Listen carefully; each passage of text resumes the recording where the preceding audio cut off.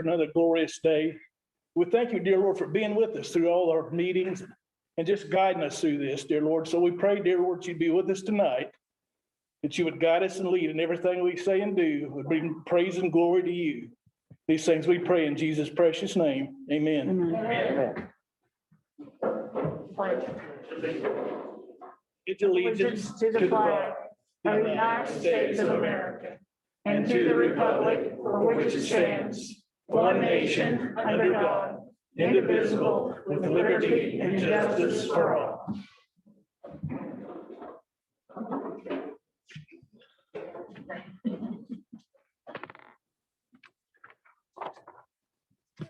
Okay. Please answer in a positive manner on your attendance. Warren Fleetwood. Present. Mary Key. No, I'm not here, Mike, sorry. Tim, Present. Emily, you're not? Is that what you're saying? I didn't say it. Ken Montgomery. Here. We have a quorum. Always wanted to know what he's gonna say if I said that. Okay, moving along to our approval of the minutes from the last meeting. Do I have a motion to approve the minutes? I approve those minutes. Make that motion. I'll second that. I read it earlier. Very good. Do we have any discussion? Okay, motion made and second. All in favor signify by saying aye. Aye. Minutes approved. Approval of the claims. Mr. Walker. Thank you, sir. We'll start with payroll, $361,809.03. Payroll deductions, $161,760.26. Additional payroll deductions, $1,102.50. Union dues, $7,575.75. CAW 2, $19,864.28. County General, $37,966.68. Courts, $2,472.23. Highway, $34,456. Sheriff, $1,488.88. ACH, $19,498. CAW 1, $27,113.32. Ditch claims, $63,317. And the LIT distributions, $547,739.50. I'll take a motion at this time to approve the claims. I'll make that motion. I'll second. Motion made and second. All in favor signify by saying aye. Aye. Aye. Aye. Claims are approved. Thank you, Mr. Watkins. And we'll reserve signing those for the end. Treasurer's report. Just need acknowledgement. I didn't get these, all of them sent out. I just got another one today. Just need acknowledgement that you have those. I hereby acknowledge that we have these. We don't need a vote or anything. like Okay. that. Just, Would you like if you want to me just send them pass it on to- down and Okay.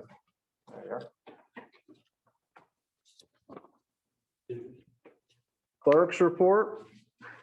Is that in here tonight? Okay. both of them together there, treasurers and clerk's report. All right. Moving on to Commissioner's old business. We have some information about our Hopkins Park project bids. And I believe this evening we'll be considering awarding the bid. Mr. Holden, the county engineer, is here tonight to share some information about the Hopkins Park project. Will need your house planning come, could not make it. Will is the park board president, which is fine, I can handle this one. So we opened up bids last meeting for the Hopkins Park project out there. The low bid was Dawson Sons.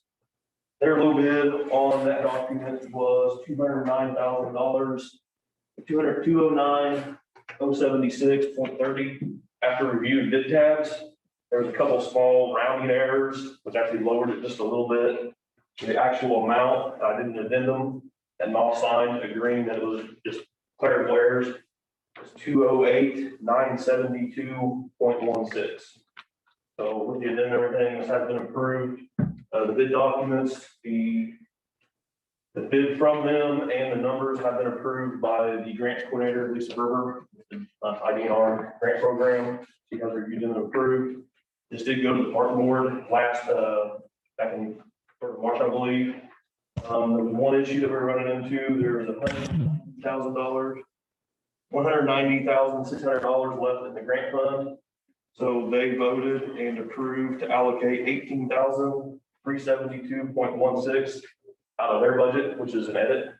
So they're willing to use that money that's in there to cover the rest of the funds for this project to move forward. So my recommendation is to award the Nelson Sons in the base bid amount of 208,972.16. I spoke with Hopkins Park President Will Niederhouse, and he seemed to think this was very favorable. He's very excited about the project and anticipates breaking ground or, early on and having this project put together by the fall. This project actually contract timeline is, I believe, July 31st. It'll be before then, it'll be into July, maybe July 31st, it's in the contract documents. So it'll be done long before fall. It should be very quick, and I know the weather will break. They're only weather is all around, but the July 21st, I believe, 21st or 31st is the completion date on it. I believe it's going to be an outstanding project for Gibson County citizens. And, this Hopkins Park is definitely one of those that has many attributes to it. One of them being it's going to improve the quality of life and give folks a place to take their families and enjoy themselves. I love the idea of having a place where they can walk safely and spend time with their families. Appreciate all your work on this. I know you've worked extensively on the grant writing process. And David's usually been most of the grant writing side of it, majority of it. I've been more on the end of it. Now it's there with the design, bid documents, now awards, and then I'll have to see construction of it. So, Matt, does that include them doing the rock? no, It doesn't? it does not. No. Okay. The rock's out there for the trail, and Yeah. they're searching there's just a possibility to get that place. Okay. So that's not part of this project, no. Okay. That's just for the lake.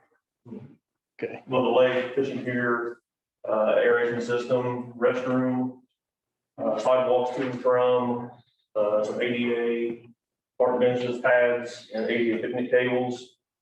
That's water to it. I'm sure there's some ADA compliance on the playground. So there's several items in this project, sure.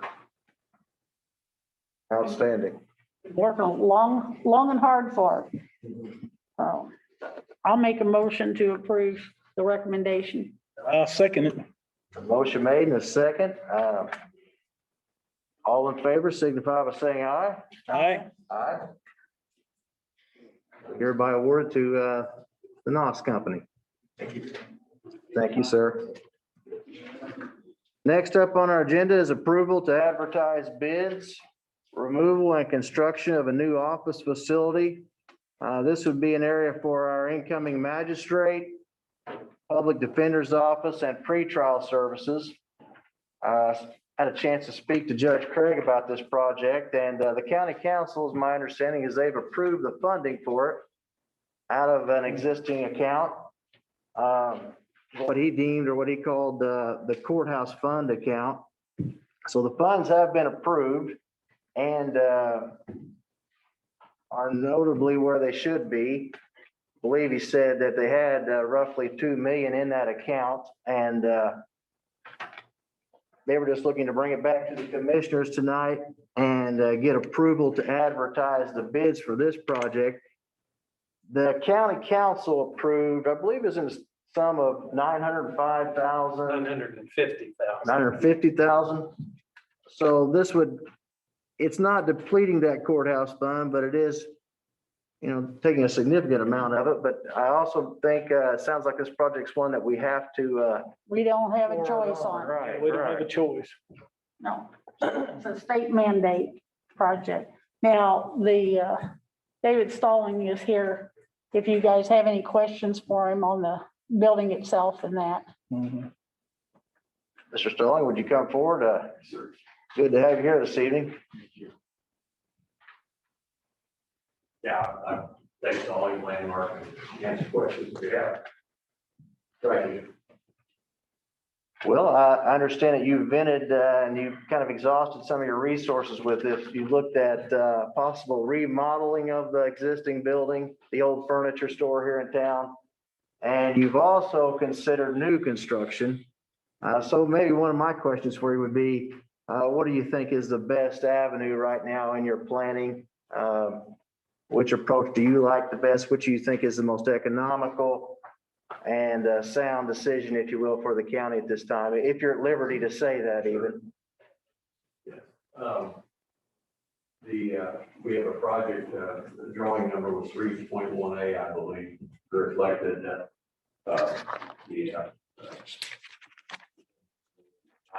that you had, and that was one new building. Also, you're moving the old furniture building, getting that out, using that parking to get in place.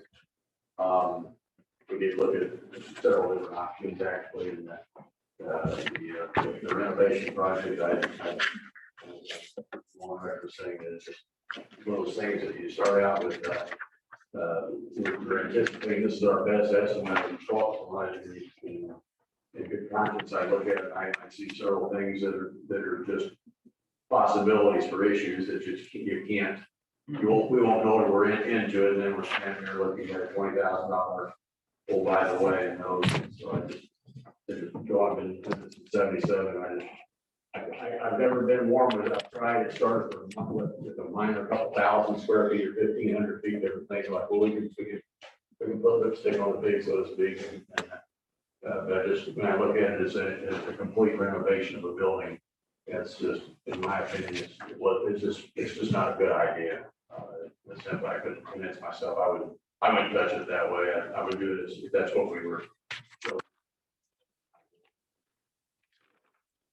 And essentially consolidating into one new building. I had an opportunity to walk the area here recently, and the structure is very dilapidated. And I noticed in looking at the concrete work and the blocks and just the structure itself as a whole, the shell has a lot of damage to it, a lot of cracks in the concrete. I noticed a lot of it seemed like drainage issues too. And so I definitely had some reservations about remodeling. And what you've said here kind of solidifies my ideas that a new construction project would be most appropriate. Right. I totally agree. That's, we say, I'm pretty confident about it. There's intangibles, decking problems that we really can't determine the extent. You know, we can poke and prod, but you open it up and suddenly you got, of course, deck material is now $53 a sheet. So we've got to repair half the 6,000 feet of rotten deck that there's no way to know until we rip the old roof off. And we're now married to the project. Considering a substantial issues, mortar can dry and not basically be dead and not be workable to punch holes in or put windows and things in. Sidewalks with the lamination up front, the front wall literally leaning towards the street. The back wall is kind of holding on by lashings, so it would be a challenge. One bright financial point in all this, if there is a bright financial point, I believe is the public defender's office. Judge Craig was telling me that they are able to get some of the money back from this project through the public defender. And I don't know all the ins and outs of that, but he mentioned 40% of the total cost for the public defender section only. So, you know, if the public defender were to consume or inhabit 30% of the building, let's say, for that 30%, they could, this is the way I understood it, they could get a return on that of 40%. Right. That sounded very promising. So some real numbers I circulated earlier, if it was an $800,000 project, the subsidy from the state would be approximately $91,000. Very good. But I'm gonna zip it and let the other commissioners, if you have any questions or concerns, feel free to bring them up. Well, I've been in that old building and I've been around it, and to me, it's not worth anything more than just tearing down. It's in sad shape. Yeah, I've been in on this project from the get-go. And once we started getting some of the true figures on it, plus things were, originally it was just probation. Then it became probation and public defender. And then it's like, well, we need this, have that in there, not just offices and that. And well, if you guys ever saw the roof, it looks like this, not Yeah. flat. So we had concerns, and that's one reason in the committee discussions and that we went to, could we build a new building for, about the same amount of money or so, and it came within, what, a couple $100,000 or less It's less than that. of the, trying to do the old building at what we thought it might be. So I think and that's what the council based it on, was building a new build. So I definitely think that's the best. If we have to do it, let's do it right. Efficiency of the building. Yeah, oh yeah, energy and just, what we practically would have had to take up the entire floor of that building. And I think, as you guys could see, I think putting a jackhammer to that floor would bring the ceiling down. True. So, As a secondary note too, I see this as a blight improvement project for the county. I think we're really going to, bring a nice building to this area of town and be a good resource for our new magistrate. So, Mr. Stallings, do you have anything else before we would put this to a vote? I don't think so. We'll be happy to present, do some rendering concepts that go along with it, which we haven't, because we're working all these options and so we kind of. Sure. But we would bring those back, of course, very quickly. So, well, that's all I have. Well, nice meeting you, and I appreciate you coming in. Commissioners, at this time, I'll entertain a vote to approve the advertising of the bids for the new magistrate, public defender, and pretrial services office facility and probation. And probation, yes. and probation. Yeah, don't want to forget them. Also move. I'll second it. Motion made and second. All in favor signify by saying aye. Aye. Aye. Thank you, Mr. Stallings. Thanks, Dave. Talk to you later. Next up on our agenda is a solar energy project ordinance. And gentlemen, I believe I'll turn it over to you, Mr. Grant Schwartzentruber and Josh Claiborne. Good evening. Good evening.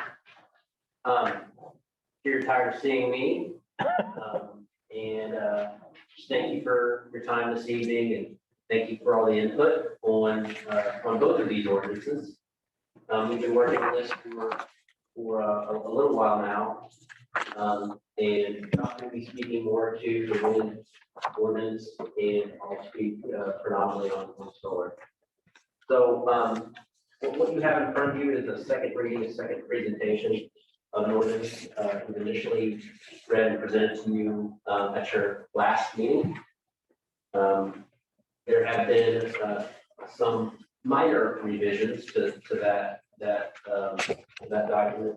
They all relate to some of the comments that were made at that initial reading. There was discussion about vegetative screening. There was discussion about the distance between the project where the project would take place in a house.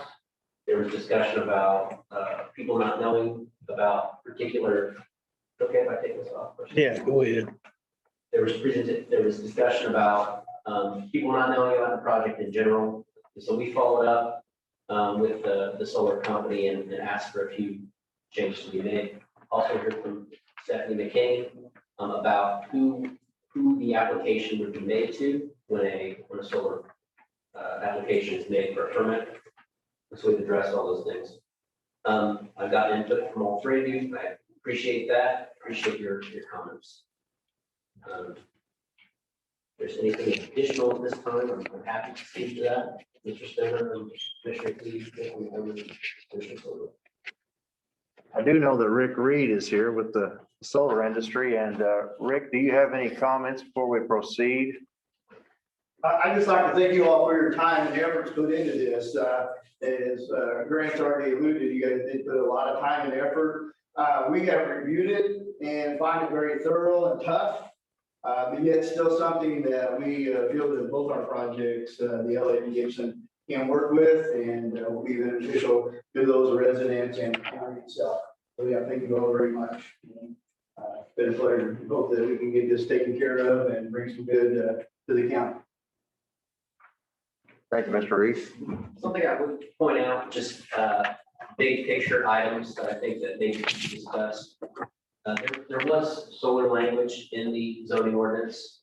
And some of those provisions have been made more strict on the company, as we pointed out. The initial permit application was $25,000. Now it's $50,000. And there's some other economic benefits to the county that have been discussed and that perhaps will still be finalized via the EDA that will be in front of council. So I do believe it's a thorough approach. I applaud you for the time you all have spent on it, the thought process that you put into it. Would be happy to answer any questions or Mr. Reed or Josh, anything you would like to say. Well, I guess I'll just note that, as I think we discussed previously, there's House Bill 1381 that's still pending for the Indiana legislature. And that, as we talked about, will be really a blanket approach throughout the state so that developers can come in and know that in no locality will regulations be more strict than that legislation. If that passes, this will require both of these will require some revision. Of course, it won't be unique to you guys. Every county and municipality across states can have to do that. I can't say for certain if it'll pass. Counties and localities have really unified against this. On the other hand, the energy companies, which have quite a powerful lobby, are very much behind it. So it remains to be seen how that'll play out. But I just want to put that on your radar that this may need to be amended for that purpose. And really, frankly, for any purpose that you guys decide you want to tweak or change, you can at any time. This provides a nice framework to start with. Well, I know the 1381 passed to Utilities Committee in Senate, Right. passed the House and went. Right. I mean, my comment is that, yeah, it's worked hard. I'm in no way against solar and that. I still have my questions as to exactly what kind of water this holds, whether they pass 1381 or not.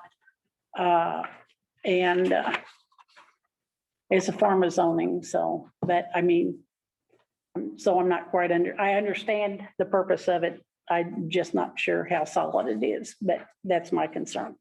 Yeah, this is far more restricted in these cases than 1381 is, so that's what Yeah. have to be changed. You would have to basically be more permissive to align with that bill. And I would also say, the Southern Company, through their legal counsels, said, hey, this is, we can live with this, we will follow. Oh, I this. know. I've been following it real close. I've watched real close on several angles. I just, my basic concerns that I stated earlier, I still have concerns about, but it is what it is. Sure. I guess just so we're legal here, we do need to read the title and ordinance number. So this is the wind energy project ordinance number 2021-02, and the solar energy project ordinance, which is ordinance number 2021-03. Mr. Spindler, would you like to see us make a separate motion on each one individually, or can we group those two together? You can join them together if you'd like. Either way is fine. Okay. Do we have a motion to approve the solar ordinance number 2021-03, along with ordinance number 2021-02, the wind energy project ordinance? I'll make that motion. Motion is made. Do we have a second? I'll second. All in favor? Signify by saying aye. Aye. Aye. Nays?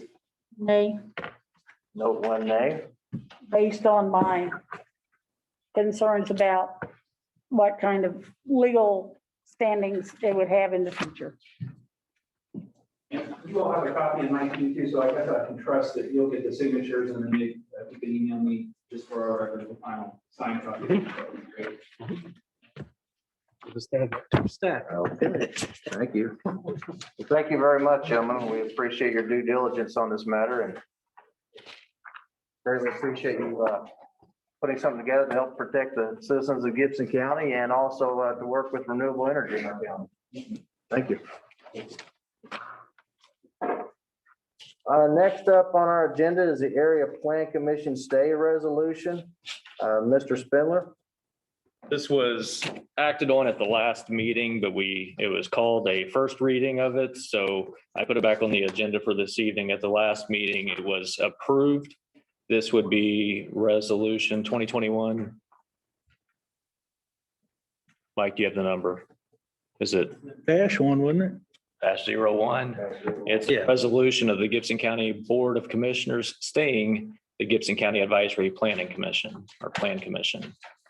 So I have it and will circulate it. I'd ask for a motion to approve the resolution.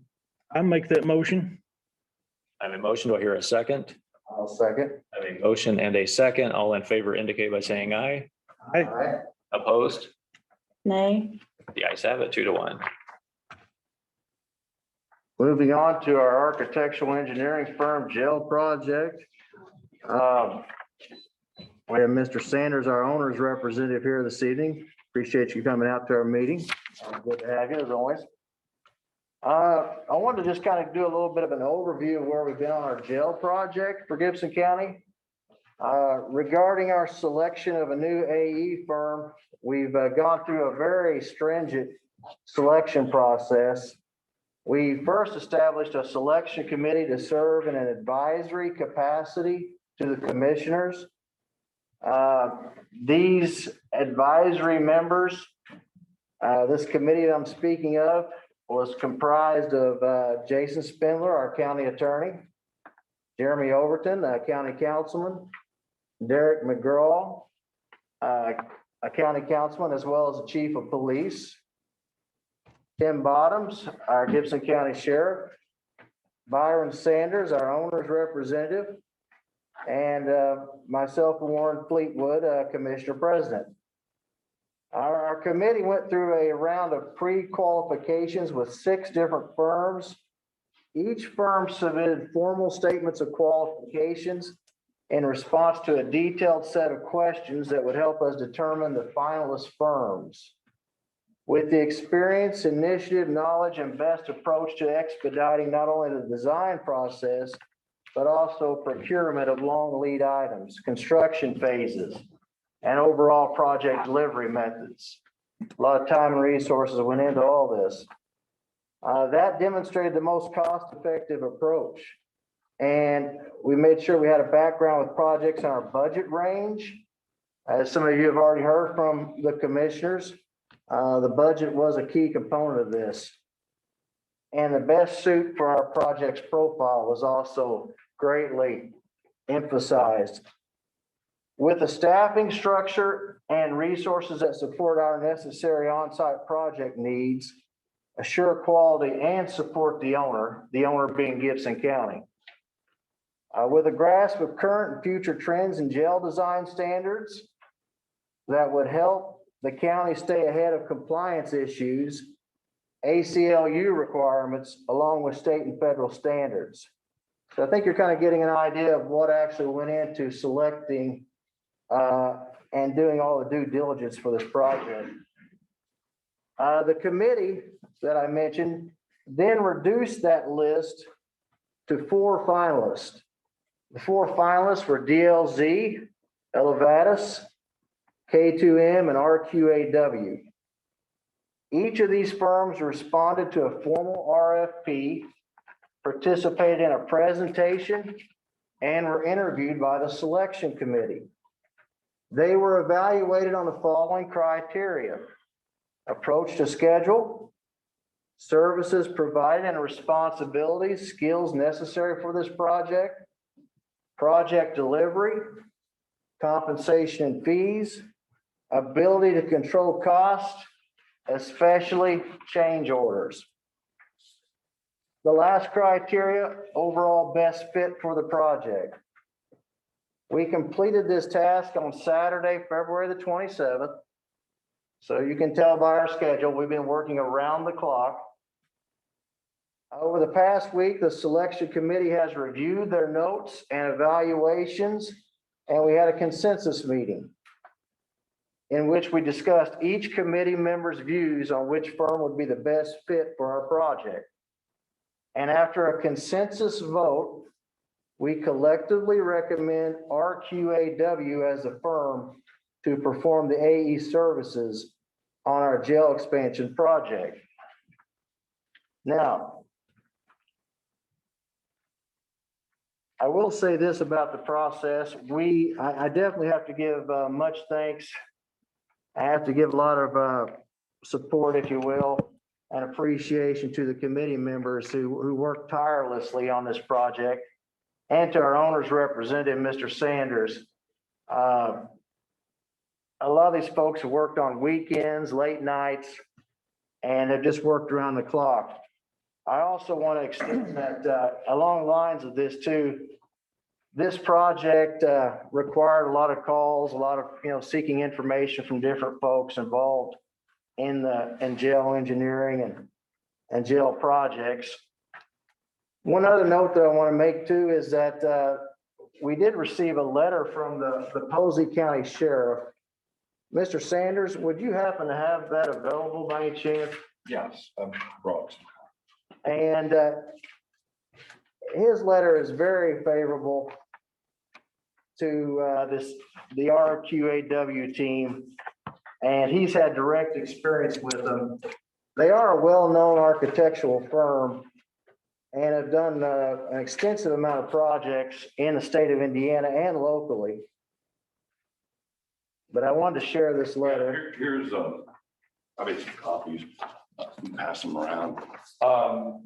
Several firms that we interviewed even referenced, some of the key members on the LDOS in particular had worked with Sheriff Holt on many projects and referenced him as RQAW did with your recent work on closing here. So I sent a letter to Greg, and I said, Greg, and we checked a lot of references, and that was part of the process as well.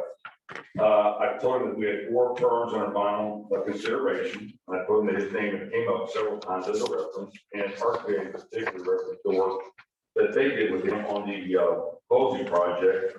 And the fact was that the Posey project and the Gibson project are very similar in the fact that Posey was about a 200-bed addition, and they renovated an existing facility on their site. So that was somewhat comparable. And he wrote me this back.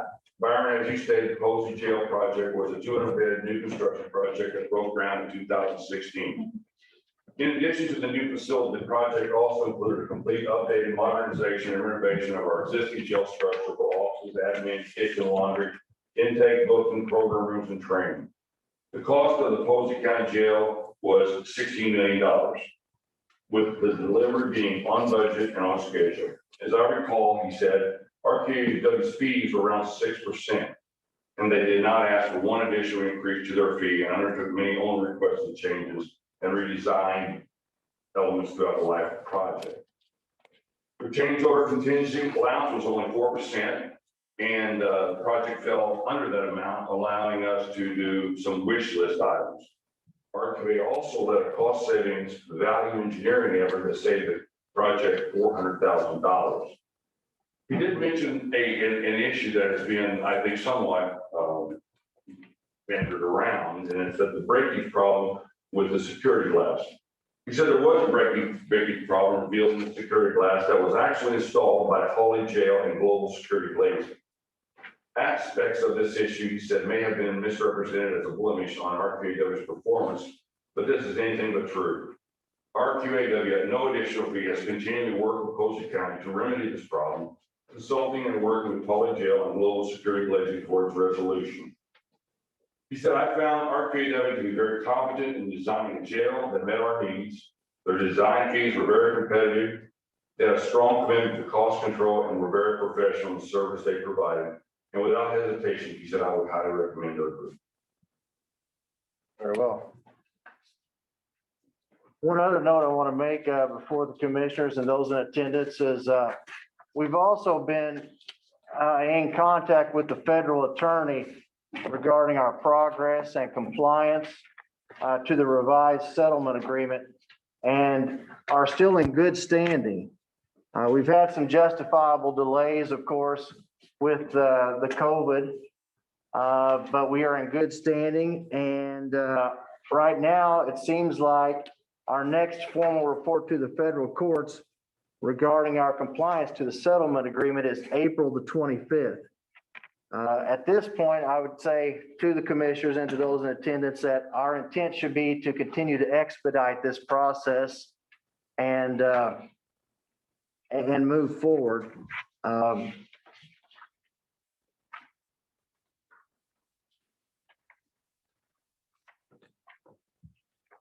I would ask at this time, Mr. Spindler, unless you have anything else to offer, I would ask for a motion to accept the committee's recommendation for RQAW as the architectural firm. I'll make that motion, but accept the committee's I have some recommendation. questions. We have a motion made and we also have some questions, so the motion will stand and the questions will too. I've never seen any of the evaluations or the rankings or anything. This is just a recommendation that came forward. As you know, I had questions about this process. And do we not get a chance to see any of this before we make a vote? I understand we need to keep forward, believe me, because I thought we should have kept forward before, but I just had, you're wanting me to vote on something that I don't have firsthand knowledge of what transpired in this committee, other than this is what came out from it. I don't know any of the rankings of the companies or anything. And I have a problem voting on that based on, I don't think me, myself, and I have enough information coming from the committee other than the recommendation. This is a big project for all of us and a big concern. That's a legit concern. I don't see any issue with, I know the others are wanting to move forward on this and I am as well, but I don't see any problem with our next commissioners meeting is when Yeah, will it be? like, I don't know, 2nd or something of April. 5th, I can't April remember. the 6th. 6th. So that's 3 weeks out. Was 2 weeks prior to. Yeah, her report.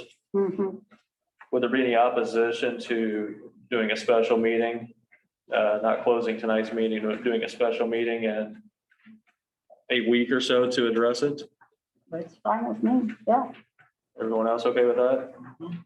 My only concern is that the committee did their due diligence and offered up, their support for RQAW, and it was not even, when we did our consensus vote, there was really no competition, so to speak of. It was very unanimous. I mean, I'm familiar with our QAW because they, put in and they were basically, right there with our previous one. But I saw all the information. And I mean, okay, the committee recommends that I'd like to just see some of the notation.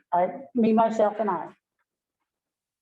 I feel like to do my due diligence, I need to have more information than just say, this is what they recommended. I need to know why they recommended it, how that came about, the information in that. And I don't see that a week is going to deter the timetable very much. Because I realize it's a lot of material to get through. And, Well, time is very sensitive and we are under a federal yes, I know, court order. but as Mr. Skidmore said, it does not put us We're really definitely behind the 8 ball on the date. Is there anybody else on the committee that, is Derek able to hear us if he's? He's in the back. I'm here. Oh, he's He's on on the phone, Zoom. yeah. Anything that the sheriff, Derek, or Jeremy's here as well wants to say regarding? I mean, I'll speak from the council representation and Jeremy's there as well. Can you guys hear me? Yeah, Yes, sir. I mean, I wasn't privy to any of the information given on the last time when it was voted in by the commissioners. So, I mean, this was a well-rounded due diligent process. Time consuming, everyone was vetted. It was multi-staged, multi-votes, multi-looks at everything. So I stand behind my vote for RQAW.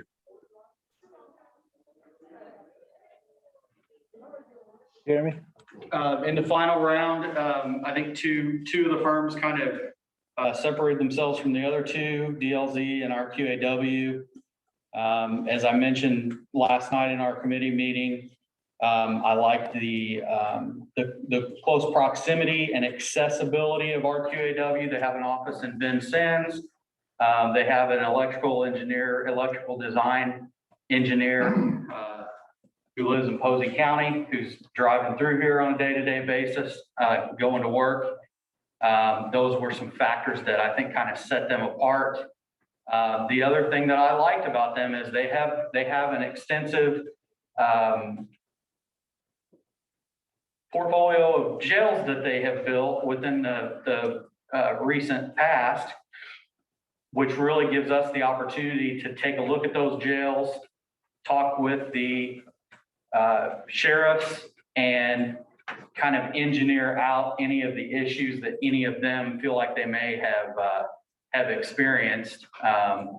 And I felt as though they were the best fit for that reason.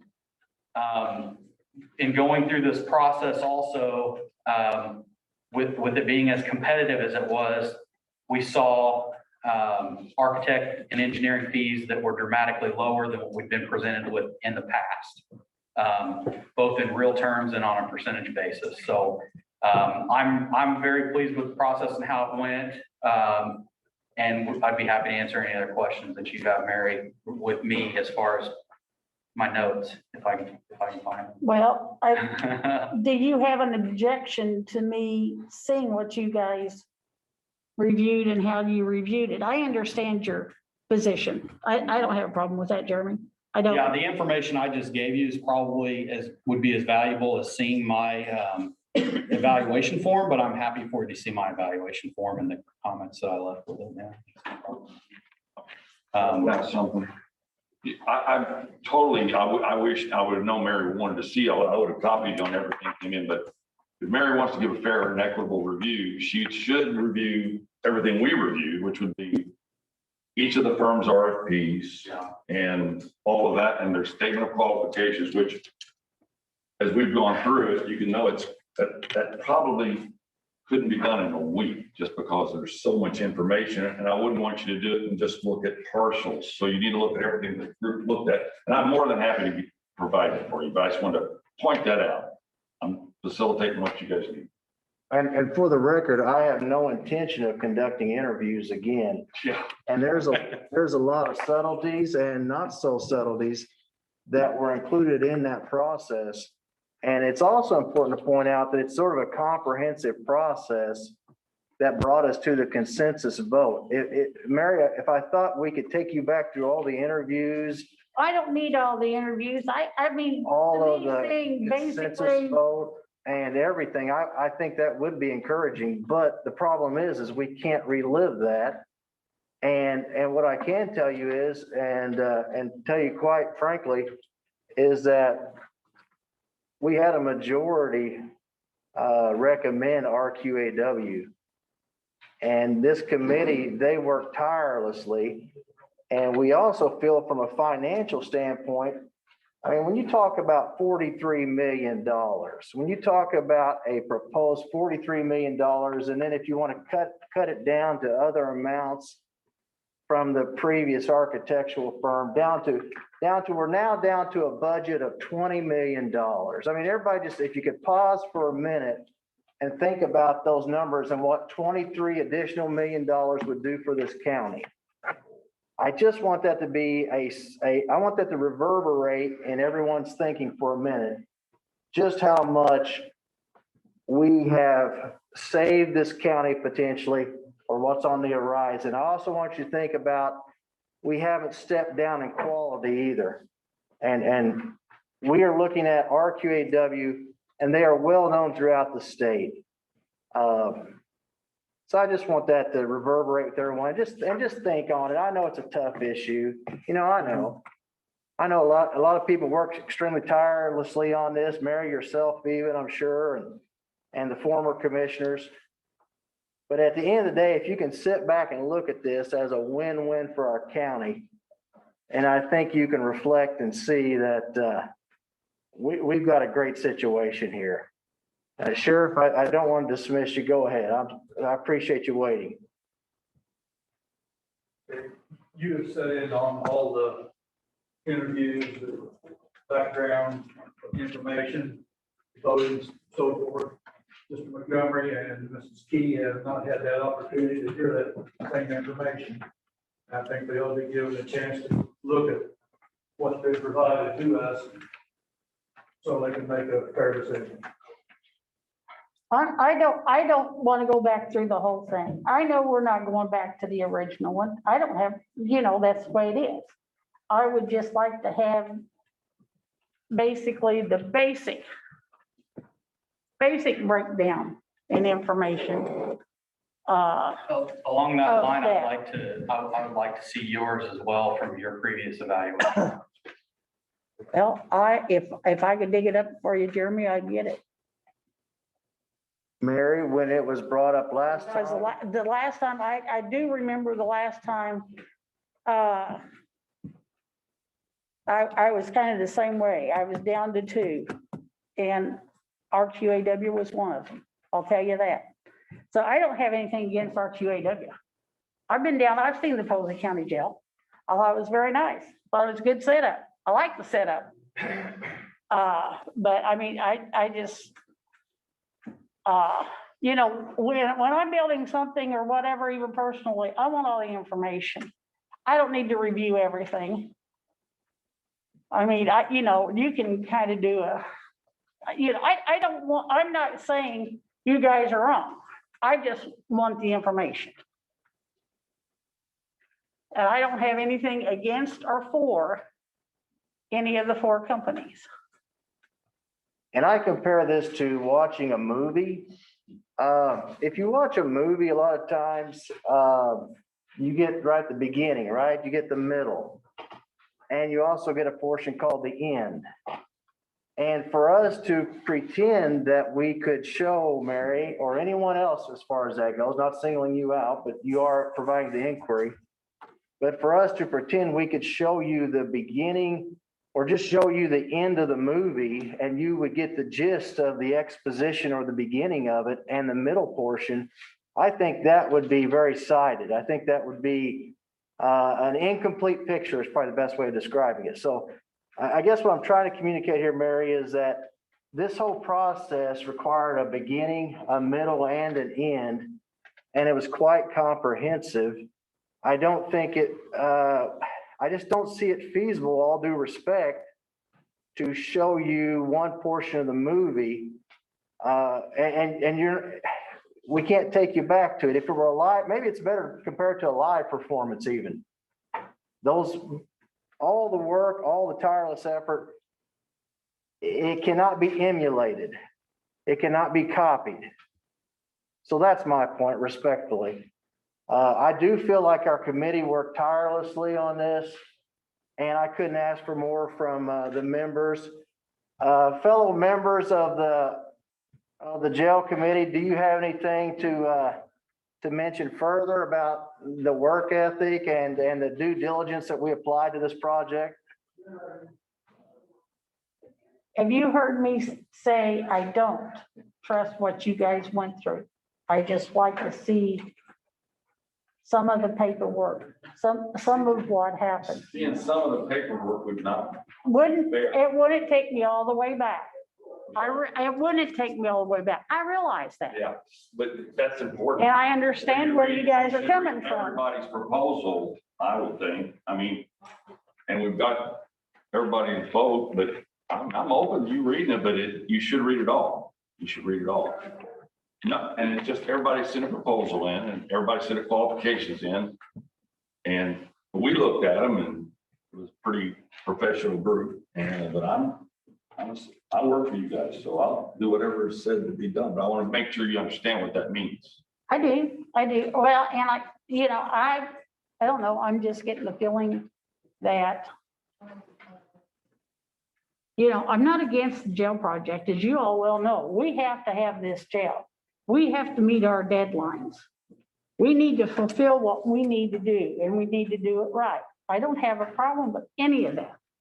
But I'm going to be putting my name on this with just saying, you guys coming and saying, this is what it is, without me seeing even some of it. I don't need to talk to all of them. In fact, I've talked to some of them, but I'm not been sitting here on my hands during this process. I've just not been in those meetings. Well, and I understand where you're coming yeah, from. well, we offered you an opportunity to be on the selection committee. I wish you would have participated. Halfway through, no, actually at the end. No, we didn't. Oh, yeah. Okay, So, okay. Well, in fact, I didn't even know who was on the committee exactly until tonight. Even though I had requested. we made we made our committee process available at our commissioners' meetings. But I think ultimately what you're asking for, Mary, is for you to be an active member of the entire process. And maybe I know you're suggesting that that's not the request, but if you don't request that, then you can't see the whole picture. And that's my point. You can't see all the work that went into it, all the considerations, and ultimately the final consensus vote. Now, if you're concerned about the vote and how that turned out, we had 5 in support of RQAW, 1 in support of DLZ. And I'm more than happy to share that with you. I think it was, by all standards, a unanimous consensus final vote. Well, I've got one question you can answer. And well, if I could just finish for just a minute here, and I will. So I want everyone to know, Commissioner Montgomery, yourself too, Commissioner Key, that everything that we did was just a complete effort, a complete team effort. And I don't know how we could be any more forward with you, Mary, on this. I feel like we looked at everything we could. We went above and beyond to research our architect, and so that's all I would say about it at this point. And I'm not saying you didn't. I mean, did you do individual rankings and then concerns on the RFPs and stuff? I mean, not as a committee, but as an individual,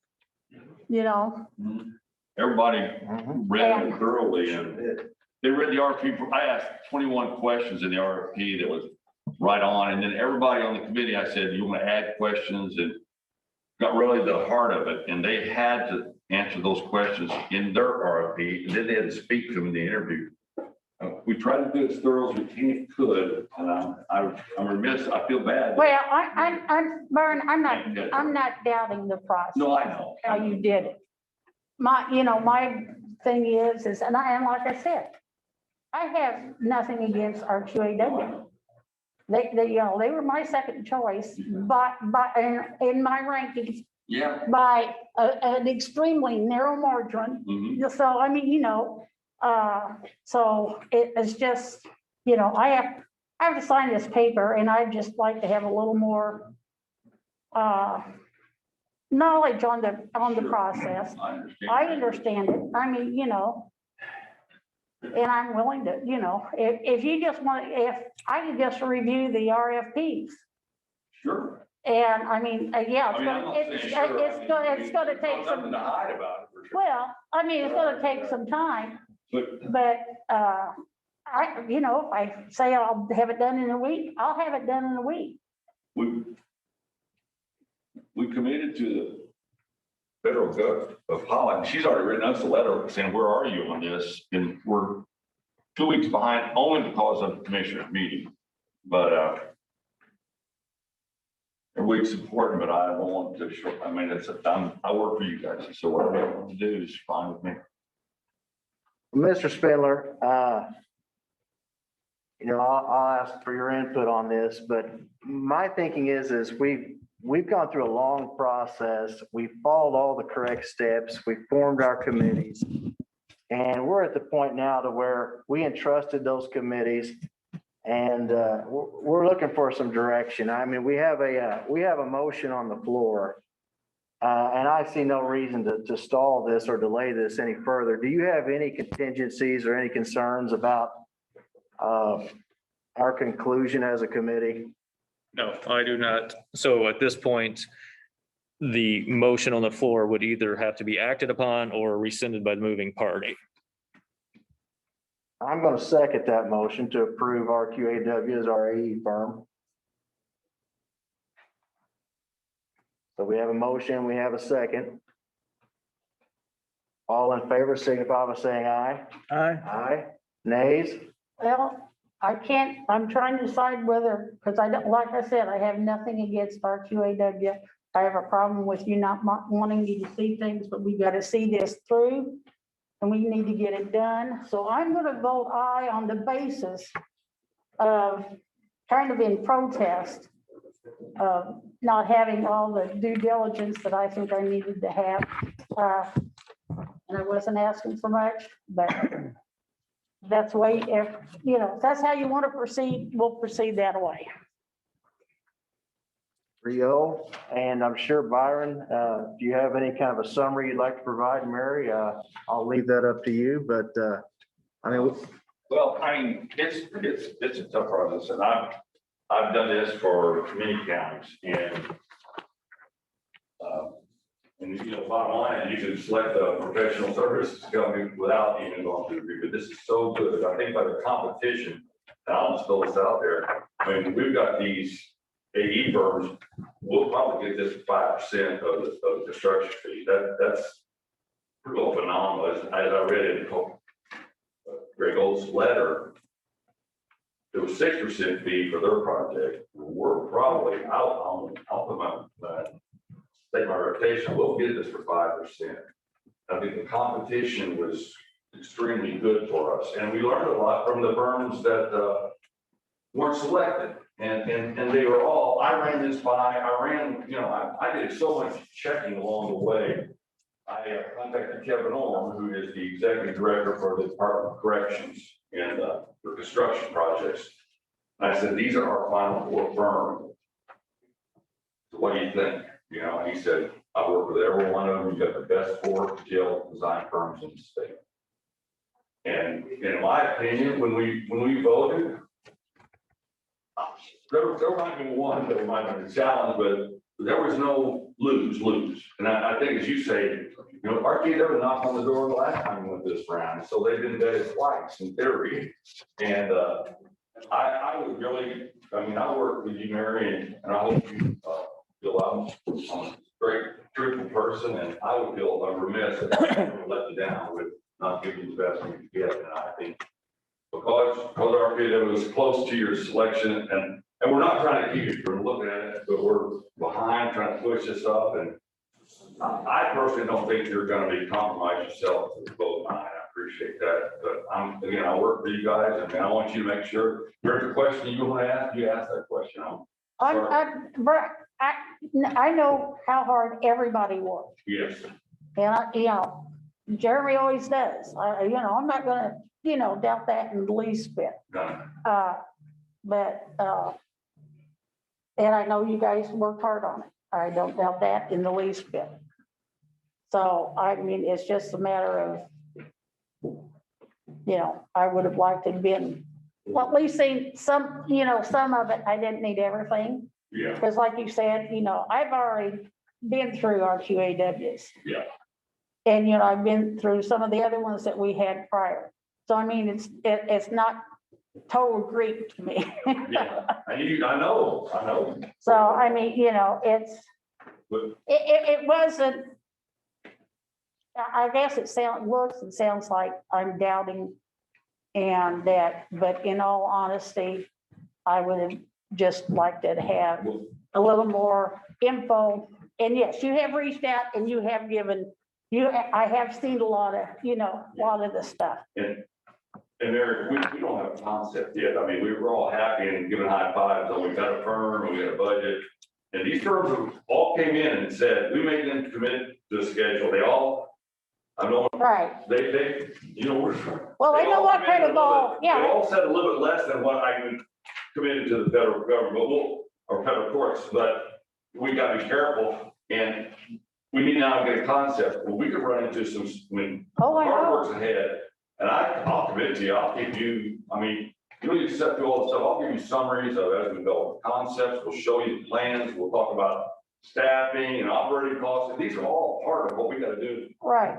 And we haven't started anything yet, but we haven't done any, but you know all that, you've been working on this for That's right. 3 years, so I'm not Right. telling you anything, but I just want to commit to you that you're not making you're not compromising yourself by saying, okay, that's my feedback. Well, I don't feel like I'm, Before you leave here, Byron has completed his work to help us receive an extension with this class action settlement agreement and to select this new AE firm. So I wanted to note that you performed your work on an aggressive timeline. I feel like you've been working at it pretty hard, and you've established at a lesser cost.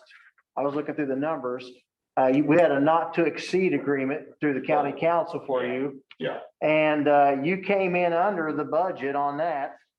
I believe your amount was $11,925. Some of that, yeah. And so I appreciate you,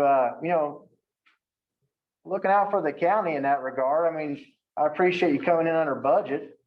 But I would also like at this time to make a motion based on Byron's performance through this first stage of the project, that we proceed with negotiating an agreement with him to proceed as our owner's rep as we move on into the design phase, the next steps of this, if you will. And we can do this, I believe what we've been doing is a phase by phase. Like he works with us on one phase and then we renegotiate with him. And he's been at an hourly rate, which is, Mr. Overton might be able to express it, but he's. Oh, I didn't want to tell him until he was all the way done with the project. Always keep them in It's a suspense, Jeremy. Fraction of the cost. And I've said it in a few meetings before, and it may sound like a love fest, but Byron read through the contracts and at the time I felt like he was the only one that did. When we were at the commissioners meeting, I asked all three commissioners, or I don't think you were there that night actually, but if they'd read the contract, and neither one of them could say that they had. We almost signed a contract that was like a blank check with that last firm. And Byron, just in pointing out 5 bullet points to me, helped me understand what that looked like. I think from reviewing this A&E contract that we're going to get from our QAW all the way through that design process, that Byron will continue to be an investment rather than a cost. So. Well, I appreciate that. If I can say something nice. I like helping guys. I've enjoyed working with Mary so much last year now when you guys first started. And it's nice to be compensated. I'm not trying to go that way, but I was gonna say, if you want to just volunteer. Well, no, wait a minute, Mary. This isn't a negotiation yet. All we want to do is talk about it, but I don't want to get too far ahead. If I fall on my face and just kind of get rid of him, I'll help us with the next step and we'll go along. I'll do it for the rate. When we jumped into this, you bargained at the table. You said, well, let's make it not to exceed 13,000. I go, okay. But it was a lot of work and I was keeping my hours and it came in favorable. And I expect that would be the way we go the rest of the way, every category favorable. So I've been honored to negotiate the next phase with you. That's all I got to say. Appreciate that. And in your defense, I mean, I've even, in talking with some folks about this, I've threatened to have a time clock out there and everything. And Byron, he hasn't been scared away yet. So he's a hard worker. And so anyhow, I would just ask at this time for a motion to continue on with negotiations with Byron for the next phase. Well, I'll make that motion. I think he's a good asset to the county. We got a motion made. Do we have a second? I'll second. Very second. All in favor signify by saying aye. Aye. Aye. Thank you, Byron. Next up on our agenda is the termination of the KDDK contract. The county council has already expressed no further payment to KDDK, and that's already been formalized, but I believe it's time for the commissioners to actually officially terminate the KDDK contract. And I would ask for a motion for termination of that. Well, I believe we need to terminate it because if the council's not gonna pay it, we've got no way to keep them on. So I'd say we'd make the motion to do it. Well, since we defeated the zoning and that's what they were hired for, and that I do not see any reason to carry a contract that we're not going to use, and I don't think they would expect us to either. No. So I will second that motion. Motion made and second. All in favor signify by saying aye. Aye. Aye. On to new business. Fred Keister, property waiver for Richard Straub and a property waiver for Brian Rexing. I believe their intent is to be heard and voice their concerns. Richard Straub is involved in this as well as Brian Rexing. Sean Witten is also involved in this matter. If I'm leaving anyone out, I've gotten so many phone calls over the last couple of weeks. I'm just going to tell the people in attendance and fellow commissioners that this is a real hot button in our county. I think once you hear it, you'll have a better understanding of it. But at this point, I would just turn the floor over to Mr. Keister, Keister Engineering, to explain this process or share his views. Mr. Keister, welcome. I'm Fred Keister. This is my son, Craig Keister. And we have 3 landowners, particular landowners or landowners affected by this controversy, I guess we call it. And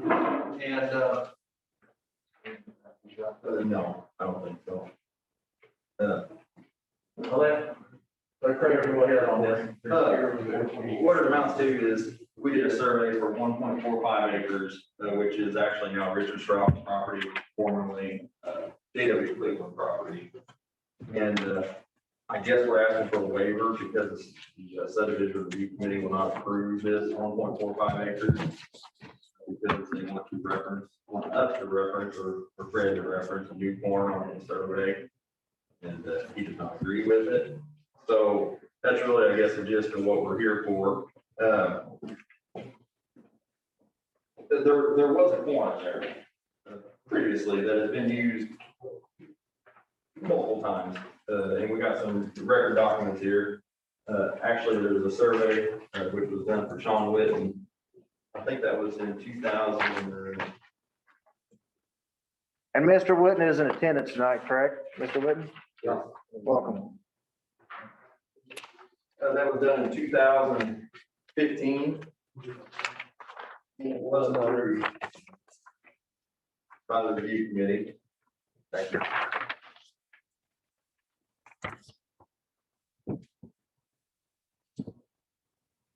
We have that highlighted on that. And it actually uses what we consider the section corner, which is a 5/8 inch iron rod. And there's some other, I think you give them the county dossier, the county surveyor dossier, it actually documents it, that 5/8 inch rebar a few times. This dossier is prepared by Greg Kissel, who was working for the county. And there is on the front page where the new corner that they set, this Harrison Monument, we'll term it as the Harrison Monument. It was damaged. So back in 18, Scott Martin took the damaged one out and set it back. So there is a Harrison Monument there. And here is what they say, not ours. I just have one copy of that if you want to see what we've got highlighted there and pass it down. But that does note that there was a 5 inch rock found by Morrison anywhere in 1988. That's 30 years plus. And in 2000, a survey by, which I believe that's a state surveyor for a state road project, a 16 millimeter rebar, which is a 5 inch rock, if you convert it to empirical. And then obviously there reference to the survey on the John Whitten survey. And they reference to that was 2015. It says 5 inch rock found in the center of the county road. Well, that's some of the documentation. Now, that's not all. Some of the more recent. Yes, and that, by that survey in 2015, that is referenced as Whitten's property corner, and now it's been moved. So I guess we don't agree with it. And one question we had was the county surveyor, they changed the location of a section corner, and the state rule or the Indiana code, and this is a letter from Easter's attorney, which is Tom Norton, to the county attorney. And Norton just states, this is from Norton's letter, this is not us speaking. He says, please take a notice of Indiana Code 36-2-12-13B. Says it authorizes the county surveyor to change the location of a monument. However, the statute goes on to say any person, which I presume, is in Norton's opinion, not mine, presume would include the county surveyor who wishes to have a location of a monument changed, must make a request to the surveyor and furnish written approval of all landowners whose property is affected by the proposed change. Norton says, as I interpret it, I do not believe the county surveyor is exempt from the provision of securing the written approval of landowners, which in this instance were not obtained. Norton also says he sees no reference in the corner dossier, which we provided, documenting any consent of the owners to move the monument from the existing pin to the new Harrison marker. And he even says, Norton says, for further reference, please review Indiana Code 865-1-12-30, titled Section Corner Perpetuation, which we did not bring. Hearing in his letter.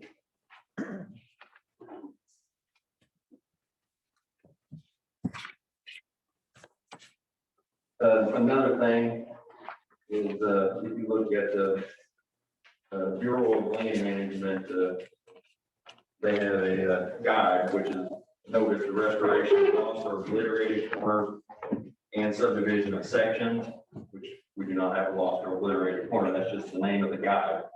It's prepared by the BLM, which is Bureau of Land Management, and it summarizes the protection of bona fide rights. It's paramount in survey decisions. Said guide indicates it is required that no survey or retracement shall be executed as to impair the bona fide rights of claims of any claimant, intervenant, or land so affected. And, that is in Norton's letter. And the portion that is verbatim out of the guide is, it is required that no survey or retracement shall be executed as to impair the bona fide rights of claim of any claimant, interman, or land so affected. Which we do have. We do have. They are impairing their bona fide rights. The neighbors, anybody that is tied to that section corner or has that as their property corner. One other thing, in Norton's letter, he says, in summary, Mr. Keith believes the pin located on this survey was accurate monument for the northeast corner of section, of the section. Said by rejecting, Mr. Keeps through his efforts to represent the client, sharing approval of Franklin County forcing him into a forced survey error. Moreover, the county would be, in effect, be taking certain property rights from individuals whose boundaries would necessarily be affected by this change, which taking could constitute an unconstitutional taking without appropriate compensation or due process. There were landowners present at the commissioners meeting last year who would object to this change. Several landowners whose interests would be affected by the subdivision review committee's insistence on using the county surveyor's monument. To make Mr. Keister sign a plaque if he disagrees with the modification of location in the corner was not done consistent with statute and or regulations.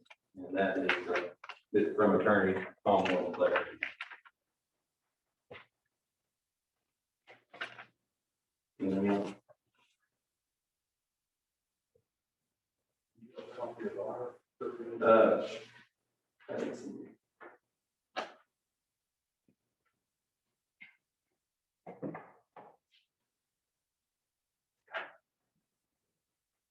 There's a copy of our survey, which actually was done in 2000.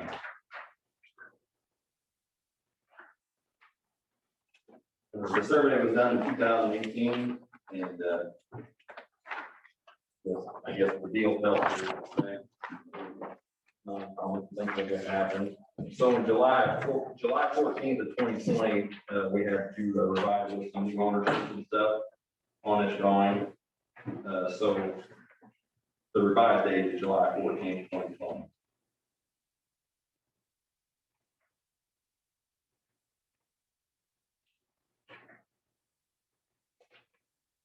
So your position is that on your revision that was presented to the subdivision review committee, they rejected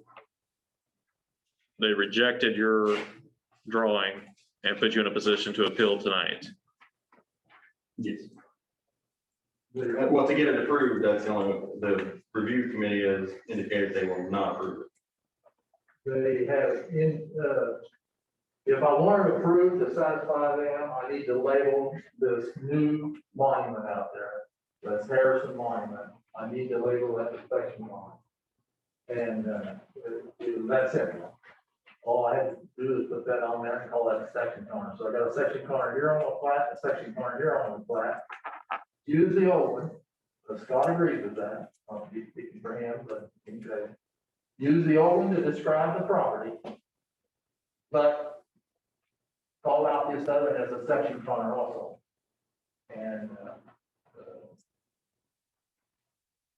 from there, you have to hear his side. What's the difference in the corners?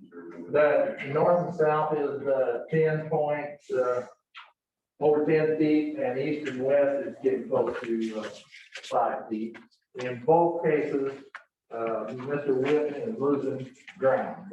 It took the corner, he's on the south side of the road, it took the corner 10 something south into his yard, and then it was the northwest corner, so they moved it 4.6 feet, I think it was, easterly, which put it into his lot from that other survey, that the first survey that we gave you there, and that survey was done by the subdivision review committee, and actually, two of the members were the very same. They haven't changed. So they signed it when it was done the first time around. Now, when I come along, they'll sign it, unless I call out 2 section corners on my survey. And I've been around this a long time. That would be a first in over 50 years. I don't know that I've ever talked to anybody that actually showed 2 corners on his survey and called them both the section corner. It's mass confusion. It would be mass confusion from here on out. the abstractors, attorneys, landowners, which they have to ask each surveyor, they have to get these two corners labeled somehow. And that would have to be in the deed that they use this one. I talked to an abstractor on it. First, he was kind of mediocre, like, that's a big deal, Fred. And, more I talked to him, he ended up saying, do not bring me a description in here with two section corners called out.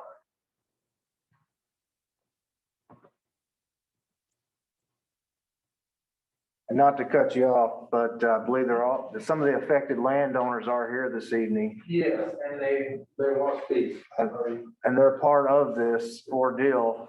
Mr. Witten, don't want to put you on the spot or anything, but what's been your experience with this? Or could you just kind of take us through maybe a short version of what's happened and what you've been told? Again, I'm not putting you on the spot too much, but just what you feel comfortable, you can come right up here, sure. Just whatever you feel comfortable telling.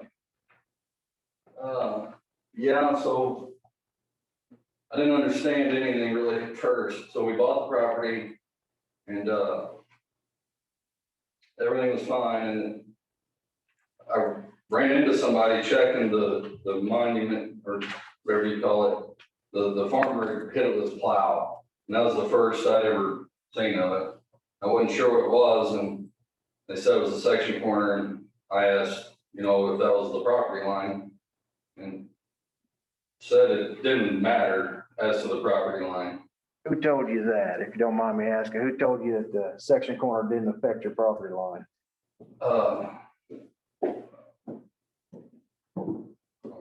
Was that Greg Kissel, the worker, or was that Scott Martin, the surveyor, or? Yeah, it was the surveyor. It was Scott Martin. Yeah, it wasn't, like I said, I don't know Kissel, it wasn't. So Scott Martin told you that the section corner does not affect the property line, and it is not the property line, am I correct?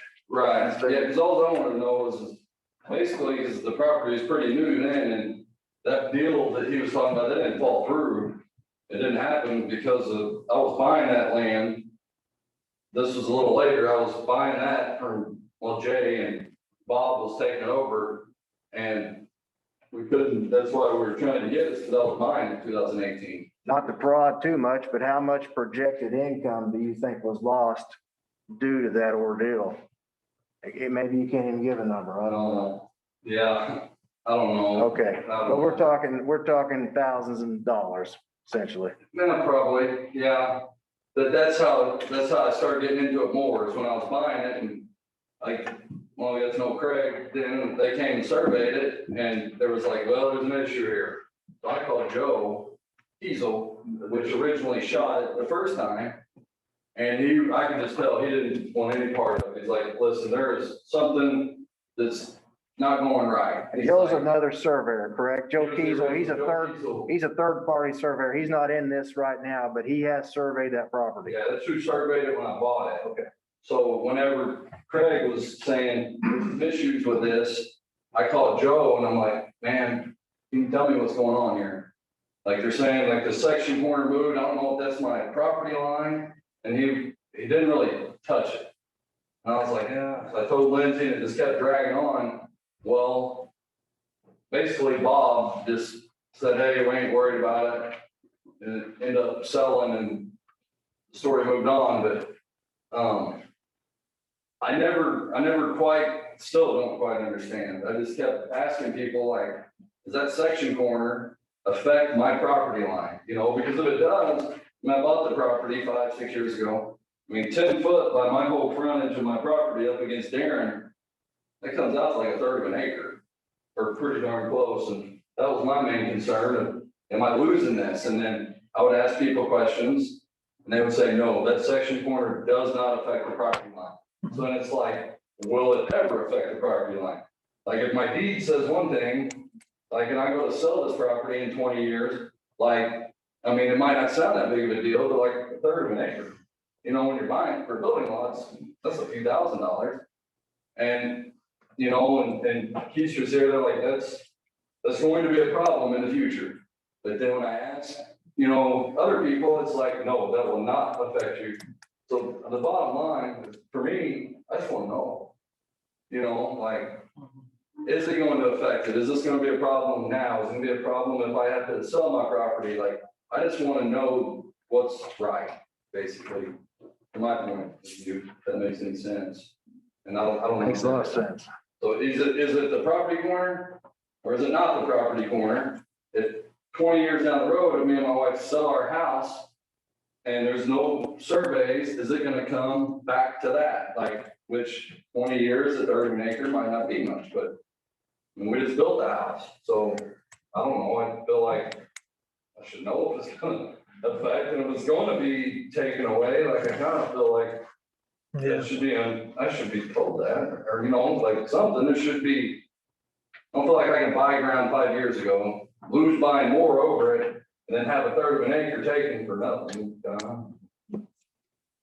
Mr. Keith, That's pretty much the gist.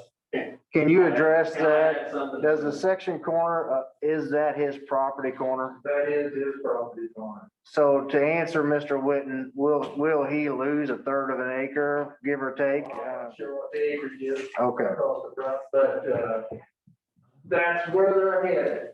That's where Is this still the Harrison? Beg your pardon? Is this the Harrison corner?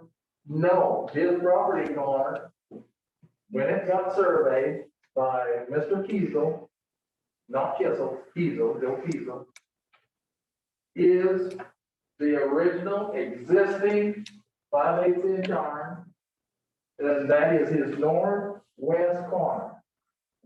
Now, they have set this new Harrison monument, which we don't agree with, but if that becomes the corner, that's the county surveyor's intent, he told me that.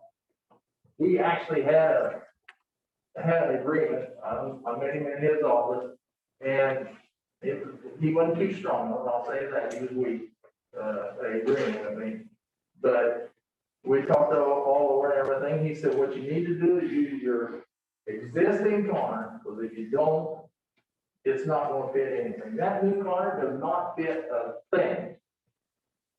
It is in conflict with everything out there. There's not a thing here that fits. And anyhow, so God said, use your existing corner, which has been used in the past, was used on his original survey.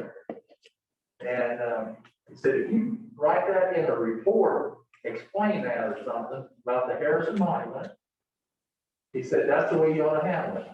I said, "We not report." I said, we do mention it in the report. We kept it short and sweet. We got the Harrison Monument, see the county survey, if you're interested in that. And that's all we had. He pointed that out to him and he, whatever, 10 or 15 minutes of thinking about it. And I said, have we got a deal? And he said, I think so. And so I said, send Craig an email, saying that we're accepted. So I walked out there and thinking I had something cheap. Me and the wife went over to the west side of town to eat breakfast and telephone rang about an hour later. God said, I have to back out of that. Said, I can't. You are gonna have to put on that flag that that's the section. So I did that bad. Still bad. Been going on a long time too.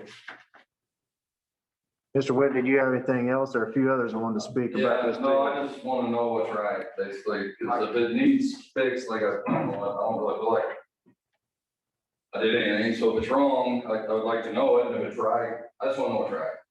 You know, this is law from mine, so. I'm gonna tell you right now, if I were gonna lose a third of an acre, there'd be an issue. Sure. I mean, just from a personal standpoint, and I just wanted to add, Whitten is confused, rightfully so, but that's what the notice the notice, that is why that is probably written into the Indiana code, the notice that you have to have somebody have a written request. And also have written approval from all the landowners. Now, if that would have happened before the corner got moved, Sean would not be probably as confused. His questions would have been answered initially. And the corner would have got moved, because he wasn't about to get permission from the affected landowner. Yes, because Sean wasn't allowed. Scott, Mr. Straub, or, go ahead, Mr. Spindler, I'm sorry. Scott, your position is that law that Craig just referenced pertains to monuments and not, as I I'm understand. not an attorney, but yes, my impression of that is a section corner does not move. It cannot move. The monument purports the location of that corner. And that law, if you read that law, it references the monument. It does not reference the corner. A section corner cannot move. You solved your problem. You just said it. You just solved why are we even here? If you're saying the second corner can't move and you moved it. The second corner was there. And you moved it. So I guess the interpretation is we're confused. The interpretation is he did not pull that 5/8" iron out of the ground and take it over there 12 feet or whatever and drive it back. He just left it there and went over and set a new Harrison monument and called that the section corner. You guys can, yeah, I'm Richard Straub from Hostile, Owensboro, Hostile. We're the ones that bought the property next to Sean there. And we wanted to split off an acre, 1.45 acres in that. And we started this like last July. Fred mentioned that. And found out that they worked on it previously in 2018 or thereabouts. And I got to thinking about how this new section corner got there. And I got thinking back, a conversation I ran into Greg Kissel, I guess he's the county surveyor at the time, and over King K's gravel yard one day back in 2018. And he done at that time was something kind of new to the surveying business, even using GPS. And he was sitting there and thank you for reporting. And playing with his computer and all that, and he was having issues. And he couldn't get his GPS to work right. And I don't know what transpired after that. I know we have another piece of ground that ended up putting a new quarter section post in and concrete and silent and everything, so you can't move it. And then this happened, and I was thinking about that his conversation that day and talking to him through his window, his vehicle there. And he saw my GPS wasn't working right, and so he looks decided to put a new section corner post in the vicinity where the original one was. It's been used for 100+ years, and that's what this whole thing got started. It's all GPS coordinates weren't jiving with what our ancestors did 100+ years ago. And then that's what all the legal descriptions for all the property in that part of the county have been written on. So if we go back and don't use that 100-year-old section corner that has legal descriptions all over the southern part of the county down there, then everybody's legal descriptions wrong. And if we go with this new one, everybody that when they sell ground or try to divide something up, what are they going to use? They're going to have new legal descriptions. It's going to keep some guy writing legal descriptions busy day and night and day doing these new legal descriptions, not just for our property, but for everybody's property around us. And we've always somewhat considered that our ancestors, they said these property lines where the road involved was somewhere close to the middle of the road. Well, if we end up moving this thing 10 foot, well, Sean loses not only his access to the road, he loses some of his front yard. The same way with our property. We won't have any access on that county road. So if that's going to happen, so the county will go and move that road over 10 foot and redig the ditches. So the property lines go down the road again like they used to for the last 100+ years. Does the county want to do that? No.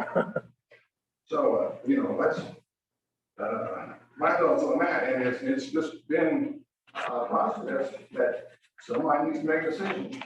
Which one each quarter section post we're gonna use and get rid of the other. We're new property owners right there.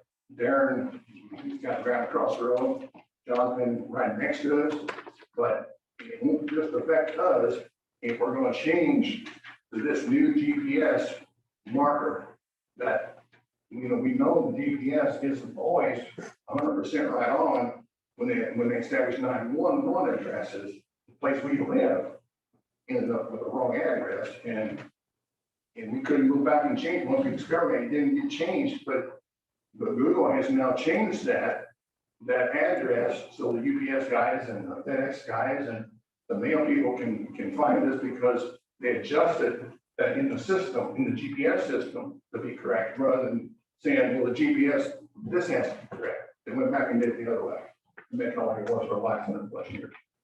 That's my comments. Thank you, Mr. Straub. Darren, you're welcome to say something too, if you'd like. I didn't realize, how many people we had affected by this. I mean, I live just north of Shawn. Darren Martin, is that correct? Is your last name? Darren Schmidt. Schmidt, Darren Schmidt, okay. Welcome. I live, like I said, just north of Shawn, but I agree with Richard and Fred and Sean here that, I mean, we need to use the historical marker in the middle of the road. Just what's the cost and benefit ratio here, and why are we doing this? It doesn't make any sense why we're using a new marker, Harrison marker, and going through all the trouble here of reestablishing property lines. It's, I'll put my support in with these guys, and we have to go and resurvey properties, and there's gonna be legal costs involved in that. I don't want to go there. Fair enough. Okay. Terry Humphrey? I can weigh in on it a little bit. Richard and I are good friends. Let me take this stupid thing off. Rich and I are good friends, and he was talking about this. So just for kicks and giggles, I live about 3.5 miles east of Hofstadt. So we're on the other side of the property they're talking about. And in the 1860s, 1/4 of an acre of the property that I now own was deeded to Mount Tabor Church to extend their graveyard. So just for kicks and giggles, I went up there this afternoon with just a handheld GPS, and I own half of 15 gravestones by GPS. And it was resurveyed a few years ago. The markers are in place, except they're off about 10, 12 feet, something like that. So, I'm just an isolated instance. Can you imagine the can of worms this would open up if the whole county had this problem, if everything was off 10 or 15 feet? I mean, it's just incomprehensible of the amount of headache this would cause. If it was up to me and that transpires, I would just deed that 10 or 15 feet over to the graveyard rather than have a garage sale for used headstones. But anyway, that's just a general observation. So it would affect the whole county. Agreed. I thought about this matter in regards to our annex building. And, what if they were to move a section corner or establish a new section corner here in town in Princeton? And let's say the line ends up being over here taking off Kay's office and Mary's office. And all of a sudden we're thinking, we're not giving up our building. I mean, we're not giving up 6 foot, even if we, there would be a battle, right? I mean, I guess that's my point as a county commissioner. If someone came here and tried to tell us we don't own the last 6 foot of our building because something got moved, then we're going to have an issue. So. Well, that's all I had to say. Thanks for your time, and I hope common sense will prevail on this one. Thank you. Warren, this is not the only place in the county this is happening. Is that right? I live out west of town. And my neighbor was having some of his property surveyed. And I've got a pin on my corner of my property in the middle of the road. And when, Barbara come out there to do the survey, why, he would walk around with his GPS stick and he stuck it down. I said, "Oh," I said, "What are you doing?" He said, "Well, that's the center of the road." I said, "Oh, that's only 2 feet off my property line." So the center road was 9 feet, my pin was 9 feet from the center road where he was reading. Of course, it didn't affect, I mean, it don't affect me, and it didn't affect me at any at that time. I thought it was a little odd until I heard this. And, you know, so it's not happening only where they live. It's happening, you know, out where I live too. That's a big concern of mine is, you know, what are we looking at here? How many people have been adversely affected and may not even realize it? And I understand, and Surveyor Martin, feel free to elaborate here, but I understand that one of our part-time employees, Greg Kissel, is perpetuating these corners and conducting the surveys. I mean, I really have a concern with this. And I don't want to establish a platform here. That's not where I'm going with this.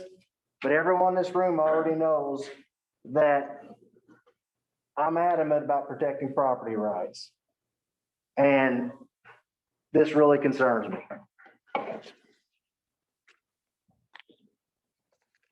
I've probably said enough. Fellow commissioners, if you would like to weigh in on this, by all means, feel free to do so.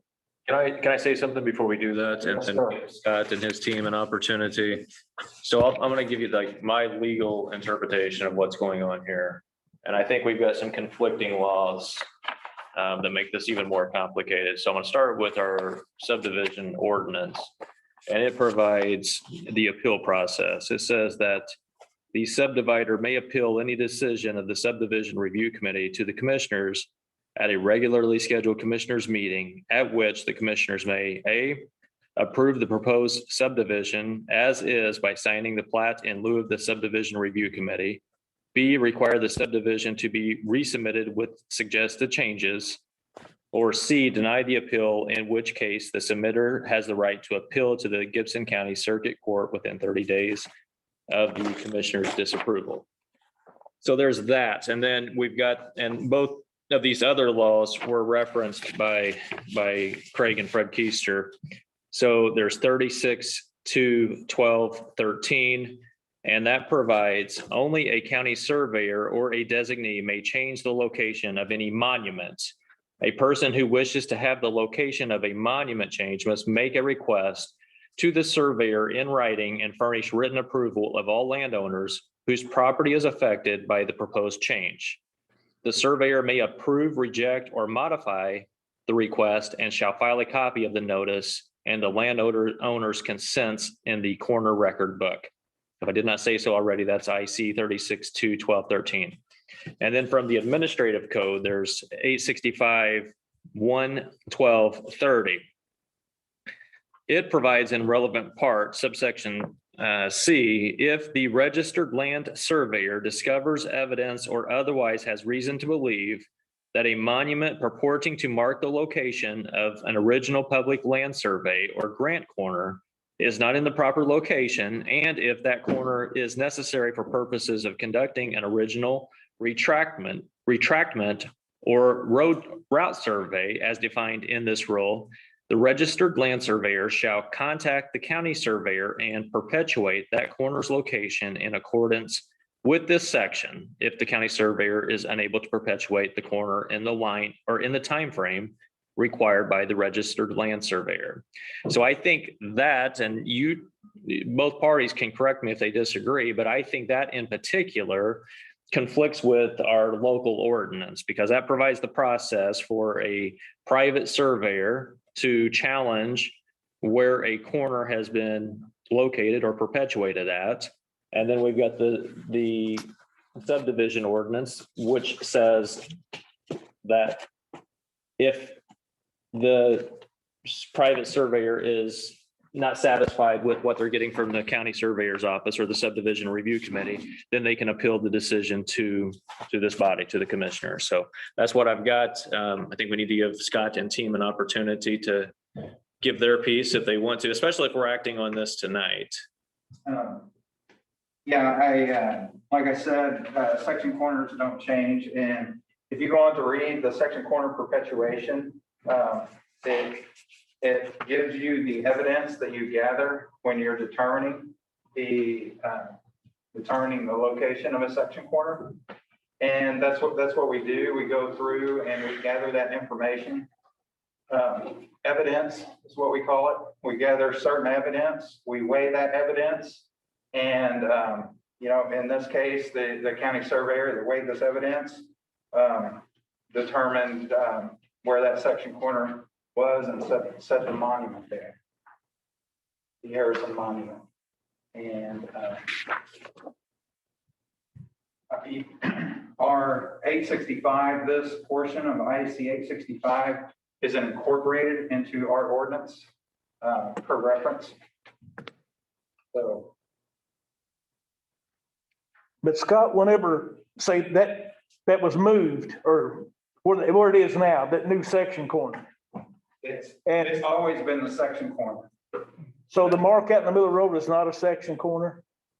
It had been used as a section corner in the past on a few surveys. When we go through, we look at all other evidence.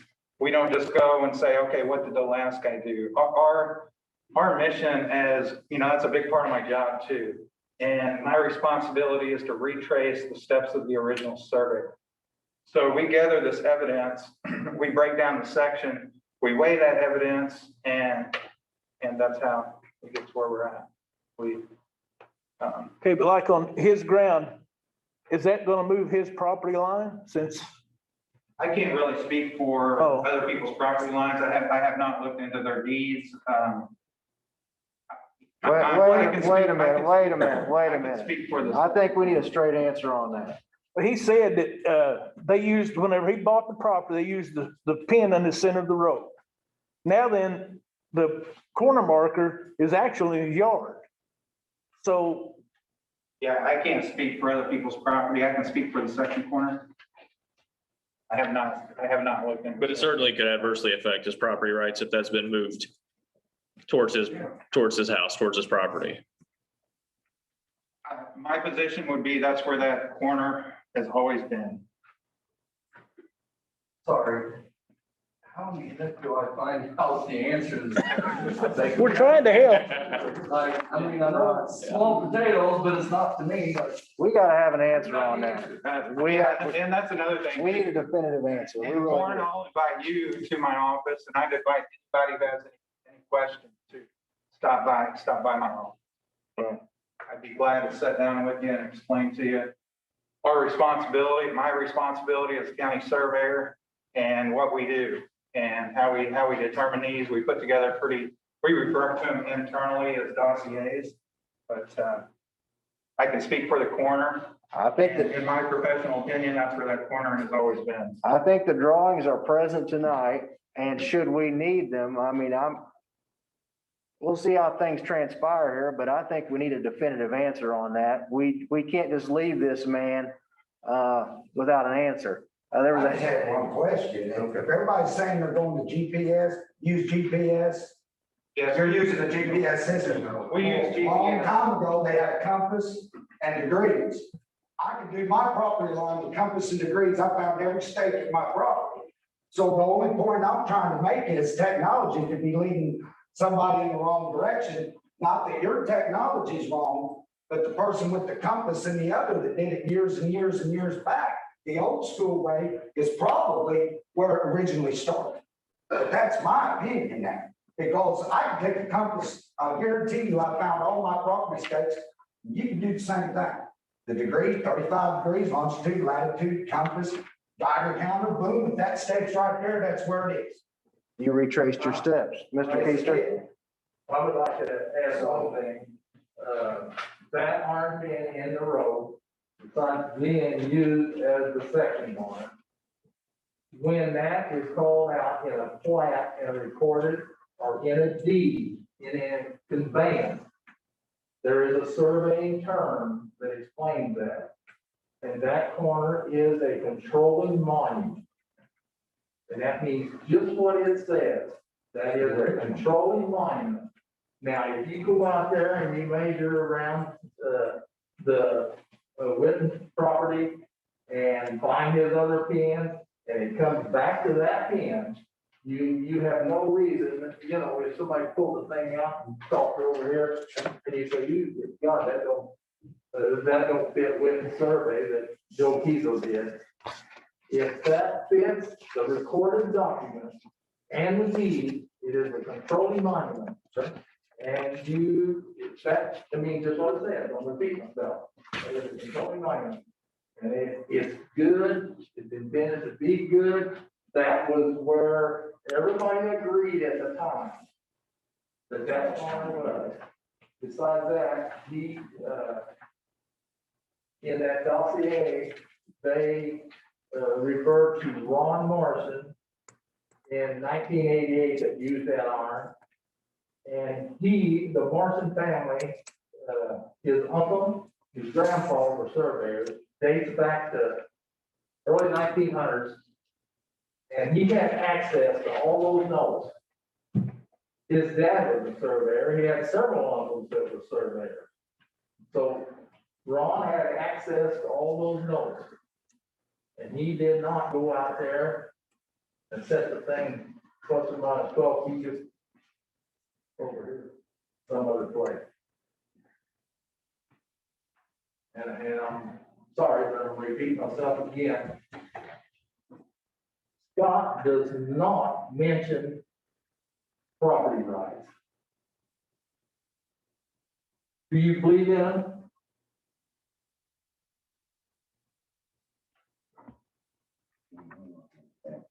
No. And can you give me something in print? I can read to you guys till midnight till sun and articles and stuff to say, do not do this. Do not step on people's property rights. And there's article after article in all the land surveyors books. There's just no end to it. And in the original Bureau of Land Management, which is a part of the Department of the Interior, what Craig read, do not use their rules and regulations. That's a paragraph they have at the end of near the end of the book.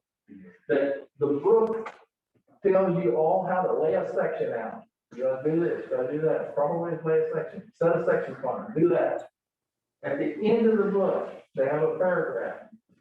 Plainly state, do not use our rules and regulations on a resurvey that violates people's property rights and previous occupations. At the beginning, the very beginning. Mr. Schuster, so if We're sitting there arguing over something that was created by a GPS survey one time. And going against surveys that have been done multiple times. So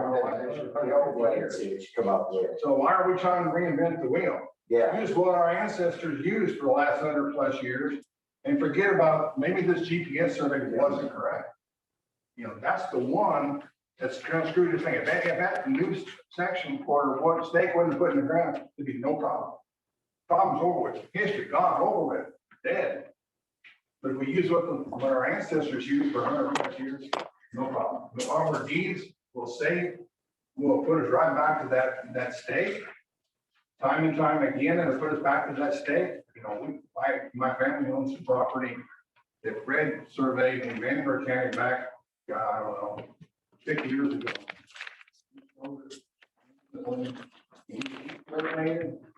And he said, yes, he went back to that same, I remember my dad putting that stake in the ground 50 years ago.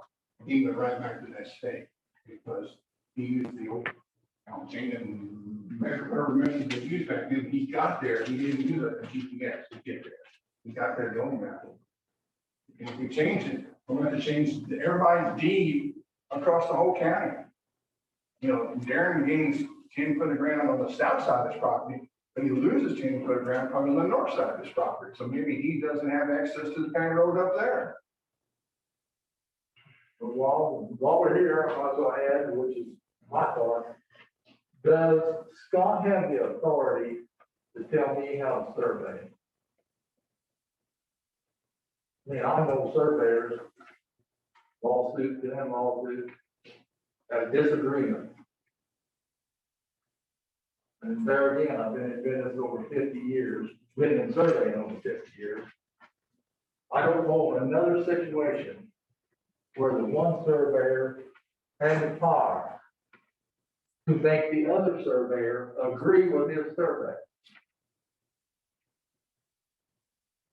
There's something not right there. There's just something not right. Mr. Spindler, you were about to say something there. Yeah, I was going to ask Mr. Keister, so if you prevail on this appeal to the commissioners, your survey is submitted without reference to the Harrison Monument. It's that simple, right? Yeah. Scott, if we record that, what problems does that cause for you and your office? That would cause it would cause problems in the future. That corner is recorded, and what we have and what code lets me have is the section corner record book in my office. That section corner is, we have determined it through weighing this evidence, that is the section corner. If there's any evidence that wasn't weighed at the time, I'd be glad to look at it. You know, if that would come in on that survey, you know, so it's just that section corner in my section corner book, I'm kind of bound by law here. That section corner in my section corner book is prima facie evidence of that section corner. Is also the previous established controlling, the controlling point, if you will, the controlling monument, is that also in your notes and recorded? We have listed that the previous monument that had been used on other surveys. Sure. We have record of that, because if you were going to retrace anything, I think you would use, if you're going to retrace a boundary that had one of the handful of surveys that had been used, we would want to remove that, or at least we want to document that was used previously on other surveys. So, you know, nobody's properties are moving. And the location of that, you know, the location and the explanation, the evidence that was weighed, and listed here, you know, the original field notes were looked at. Everything was looked at. I didn't perpetuate it, but I did look over the perpetuation. And if, you know, if anybody was to provide me with additional evidence that wasn't part of the initial determination of that corner, I would be glad to review that and see if there needed to be, see if there was reason that that corner may not be on display. So if the commissioners agree with the Keisters, does that not, maybe I'm overlooking something, but does that not force you to re-perpetuate to this marker, to this monument? Because if we've got two of them out there and 2/3 of the surveyors use the corner section Mr. Keister refers to, and 1/3 use the one that you have perpetuated, the Harrison one, right? Does that not create, well, I think somebody said it earlier, chaos? If they don't align, and I'm not saying he's right, you're wrong, or vice versa, but if they don't align, does it not cause chaos in the future? Yes, it will cause chaos in the future. And that's why, you know, and that's why I feel like I'm bound by law. You know, that's prima facie evidence of that corner. I'm not asking Mr. Keister to move or change his boundary line. And, you know, if he could provide me with evidence that we have our You know, we have our section corner record book and the Harrison Monument that's documented in our section corner record book. If he has any additional information there that wasn't, I say information, but evidence that wasn't weighed for IAC 11230, I would be glad to, evaluate that evidence again. Scott, how old is your evidence? We go back to, I believe, I want to say 1805. And I'm referring to your evidence for this establishing the new monument. Just how old is this new monument? How long? The monument itself, I believe, was set in, I want to say 15 or 16. 15 or 16. And then, so you've got that time period, let's say 5-6 years of that being established. But before that, what was the time frame for the controlling monument before that? How long had it been in place? 1805. 1805? I mean, when did they lay out the section corners is ultimately my question. They laid out section corners. I believe they started in Gibson County around 1804, 1805. Okay, so I'm thinking 1804 to 2015 is a pretty good time period. The history on the pin, that's what you're asking? Yeah, I'm just talking about the section corner itself. So prior to Greg Kissel coming along, this thing had existed in harmony, if you will. Maybe that's being a little plentiful, but this thing had existed, been in place. And then Mr. Kissel comes along and things get changed. I'm just having a hard time understanding why they would get changed. Again, if you'd like to come by my office, I can explain that to you. IAC 1-12-30 lays out the evidence that we gather and weigh when we're making a determination. So the evidence, you know, is listed here clearly on 1-12-30. And that evidence is evaluated and weighed, and then a determination is made. Mr. Spindler, just to clarify, according to our subdivision ordinance, what we have in place now, are we able to waive this? I wouldn't call it a waiver. I would call it the appeal process on page 15. So there's a distinction because there is a waiver process as well. That's something the subdivision review committee pursued. The waiver is something they pursued at the last commissioners meeting on behalf of Mr. Keister. So yes, it can be an appealable issue that this body can act upon. Going back to my original remarks, the law, in my opinion, the law conflicts. The Indiana code and our ordinance conflict with one another. The Indiana code says Keister's remedy is to work it out with the surveyor and then maybe appeal to the courts, maybe. Our code, our local law says that it comes to us. So if the commissioners reject Mr. Keister's proposal, under our zoning code, he can appeal that to the courts. I think the courts are going to reach the same conclusion. We've got conflicting laws. Well, what I'm wondering, Scott said that, you know, if we went back to the old one, it's gonna cause problems down the road.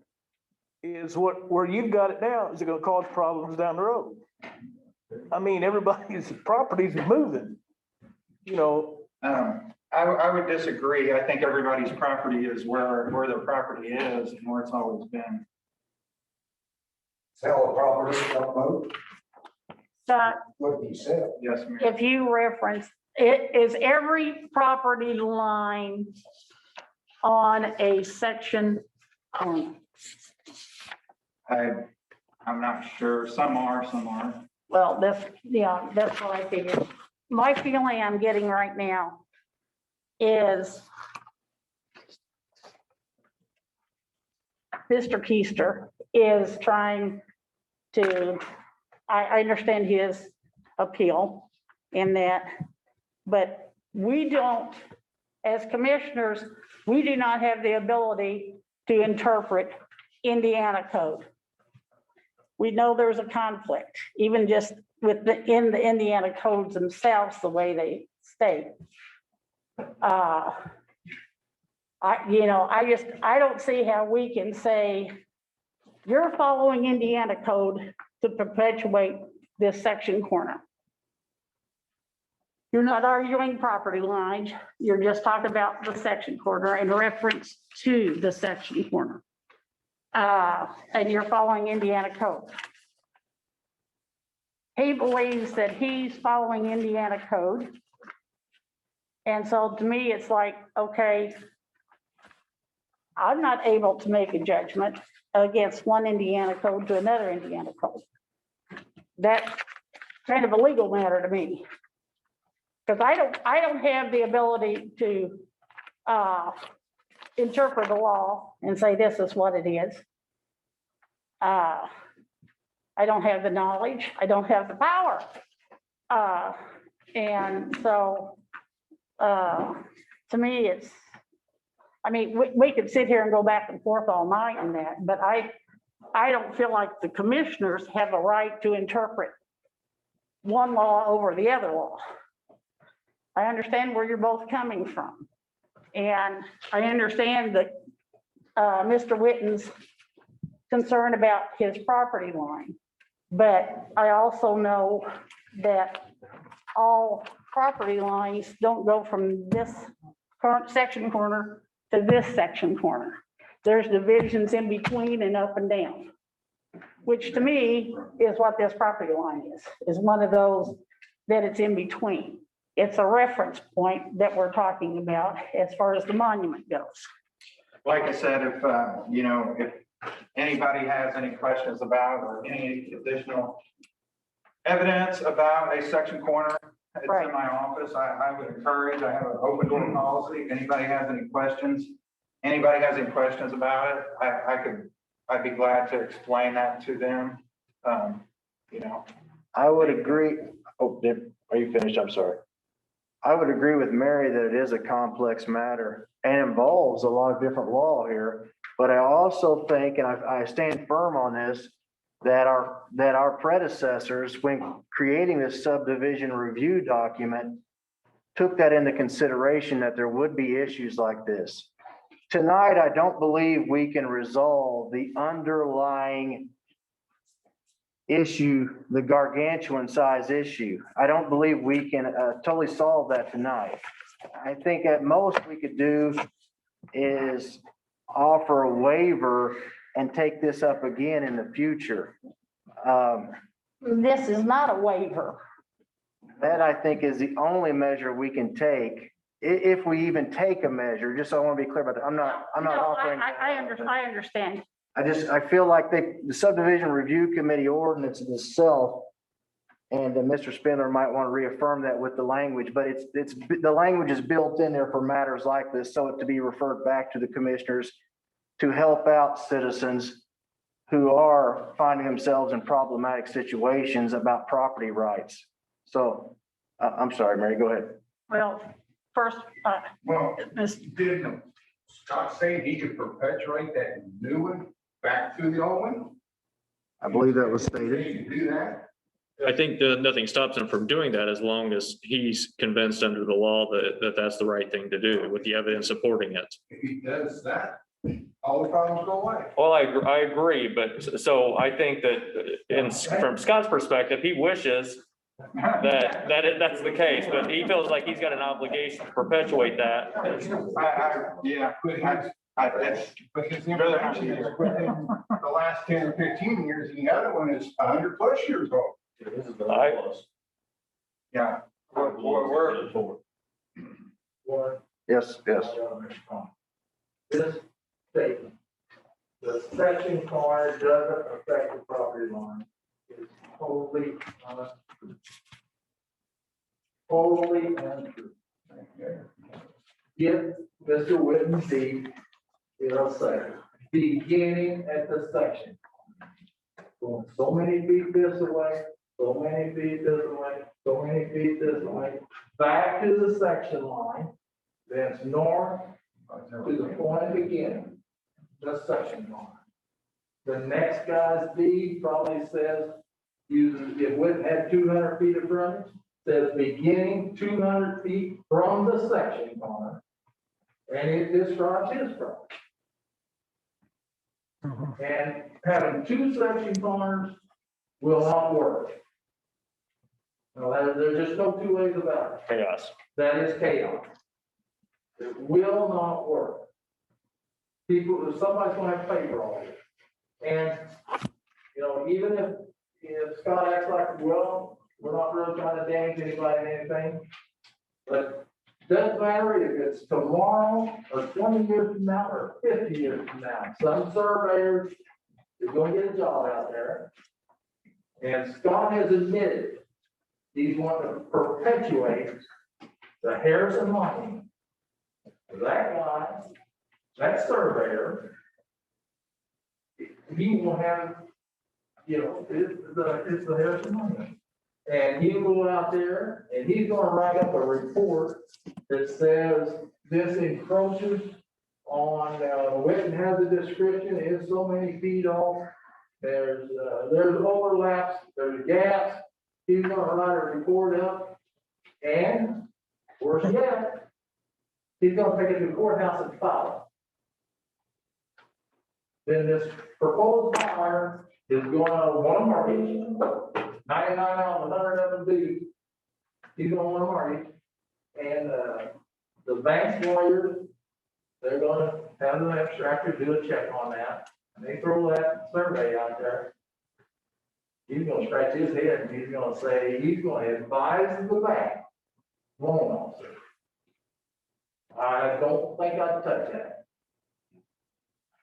There's too many property line problems there. We got it all right now here, this surveyor is one for God. We try to explain how confusing and conflicting it is.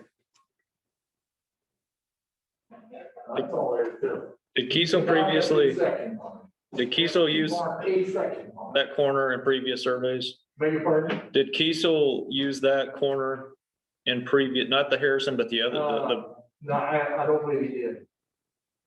I think he's used it since. I think he's used the Harrison line. he's used it since. Not where they needed to go a half mile or so away. He didn't? Okay, strike it. That's good. I was under the impression that, you know, later survey he did. But it gets back to the same thing. If you did it here on this corner, if you moved, I think the southeast corner, I believe this building is close to the line, both ways. Got an alley there. I haven't made it to anything. But somebody go to major, decide that corner out here by the back of the sidewalk, at the alley, that's all right. God would say, we've done our major. It's not in the right place. So I guess, would you let them come in the front door there with a jackhammer or something and say, we want to put a monument back here in this back room? And say, why are you doing that? It's where it's supposed to be, that's where it's measured out. Say, well, what's that mean? Nothing. Don't worry about it, it don't mean nothing. It's just, in this case, it wouldn't be a section line, but I guess he could say, it's just a property line. Don't pay no attention to it. We just need to get it set in the right place, because somebody did it wrong. And this type of work that they're doing, we have continuing ed classes, and they actually got a name for that type of work, for the people that do it. It's not land surveyors. It's major. I think it's not like those are classes we're taught. Get the idea that you go out here and remeasure, and there's a judge Cooley that a lot of courts use across the whole United States. So he was so good, and everything Judge Cooley says has to do with respecting existing property lines, existing improvements, and all that. And Judge Cooley makes statements like, when will the Surveying profession, wake up. And you make statements like, how many times does the line have to be measured to be right? He's got all kinds of, he's got case after case, you can look them up. And it all came back to the same thing, somebody started measuring, got those measurements, and he forgot 90% of what he's supposed to be looking at. And that was previous work and improvements that have been made along the line. This what Scott's doing was done 200 years ago. I told him in his office, Scott, you're 200 years behind. He shouldn't be doing it at all. He could go do, he can do that, and he is, they are doing it throughout the county. This ain't just like one or two things, you know, like, well, I did that, that was a bad situation, I did that. There's been a lot of it. Does that mean I'm gonna have to come here and plead my case all the time, and quit surveying and get the county, or what the heck is going on? Have you had this problem in any other counties? No. In Vanderburgh County, they, perpetuate their farms, have an engineering firm do it. They'll furnish you with a list, and it gives you coordinates. It'll say an arm pin, or this or that, it gives you a description of what they found out there, what they've accepted. And in a few cases, one really that I know of, we ran into one in Vanderburgh County that we thought was totally wrong, and that was not an existing farm, but something in the county surveyor's office said. We did our survey and pointed that out, sent a copy to the county surveyor. They let us know they appreciated it. No, you're gonna do what I tell you to do, or come hang around water. We're just glad to hear from them.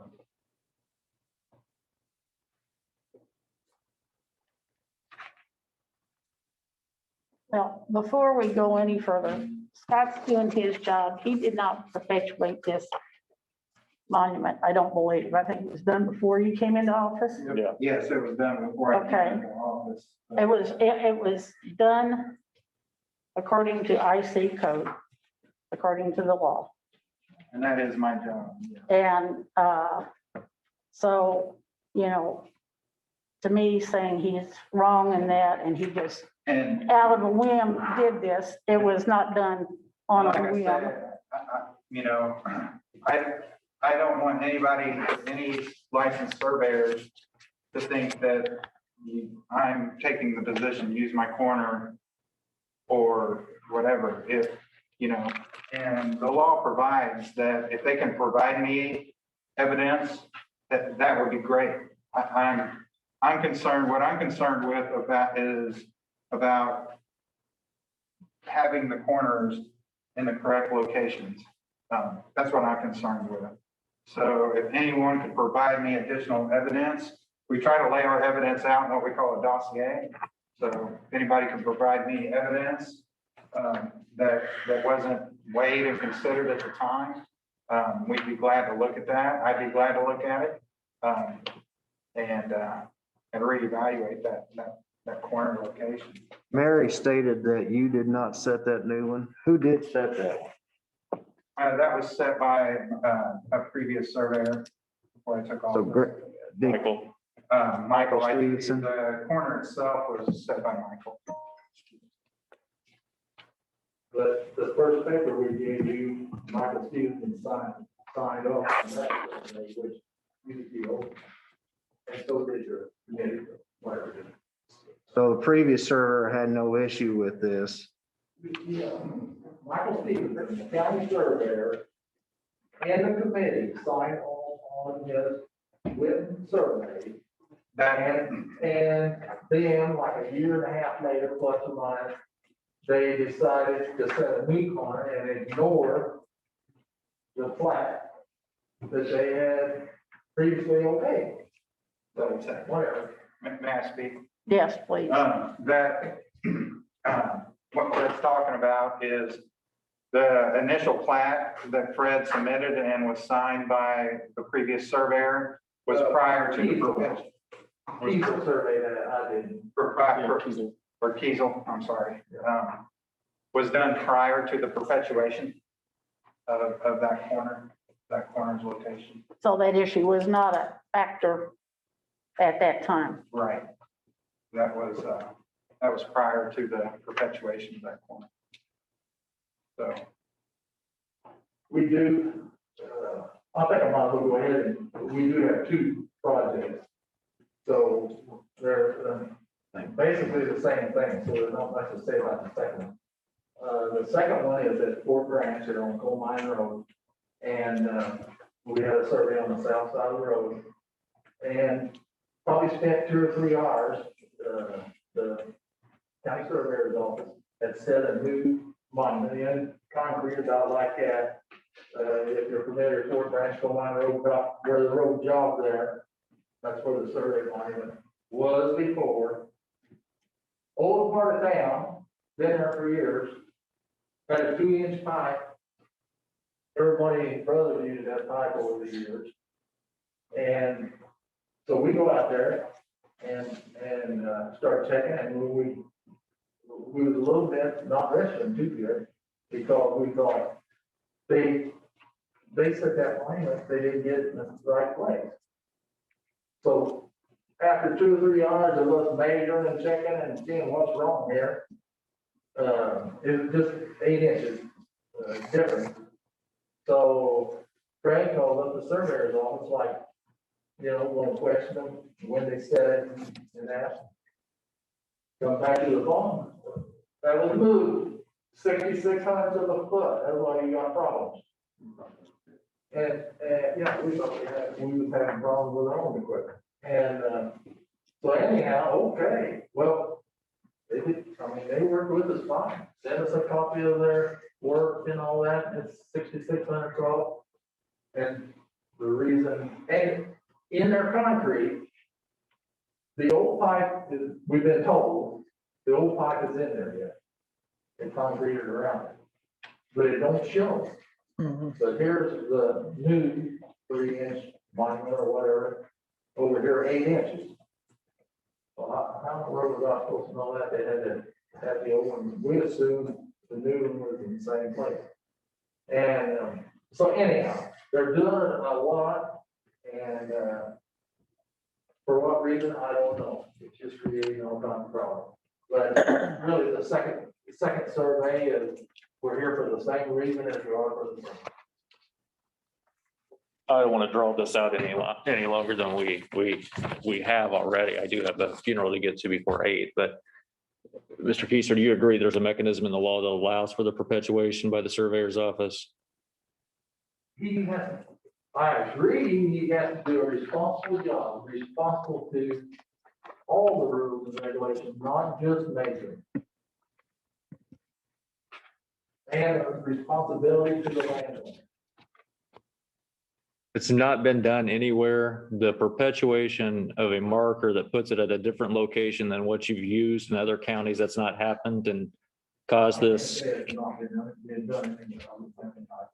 But in the counties that you. Basically not done. Okay. We don't have any problems in Van Bush County, and like I said, we did have one, and that thing was late, that was, it was around 160 feet off or something like that, but it had to do with how they went back to the old notes 200 years ago and kind of had a misunderstanding.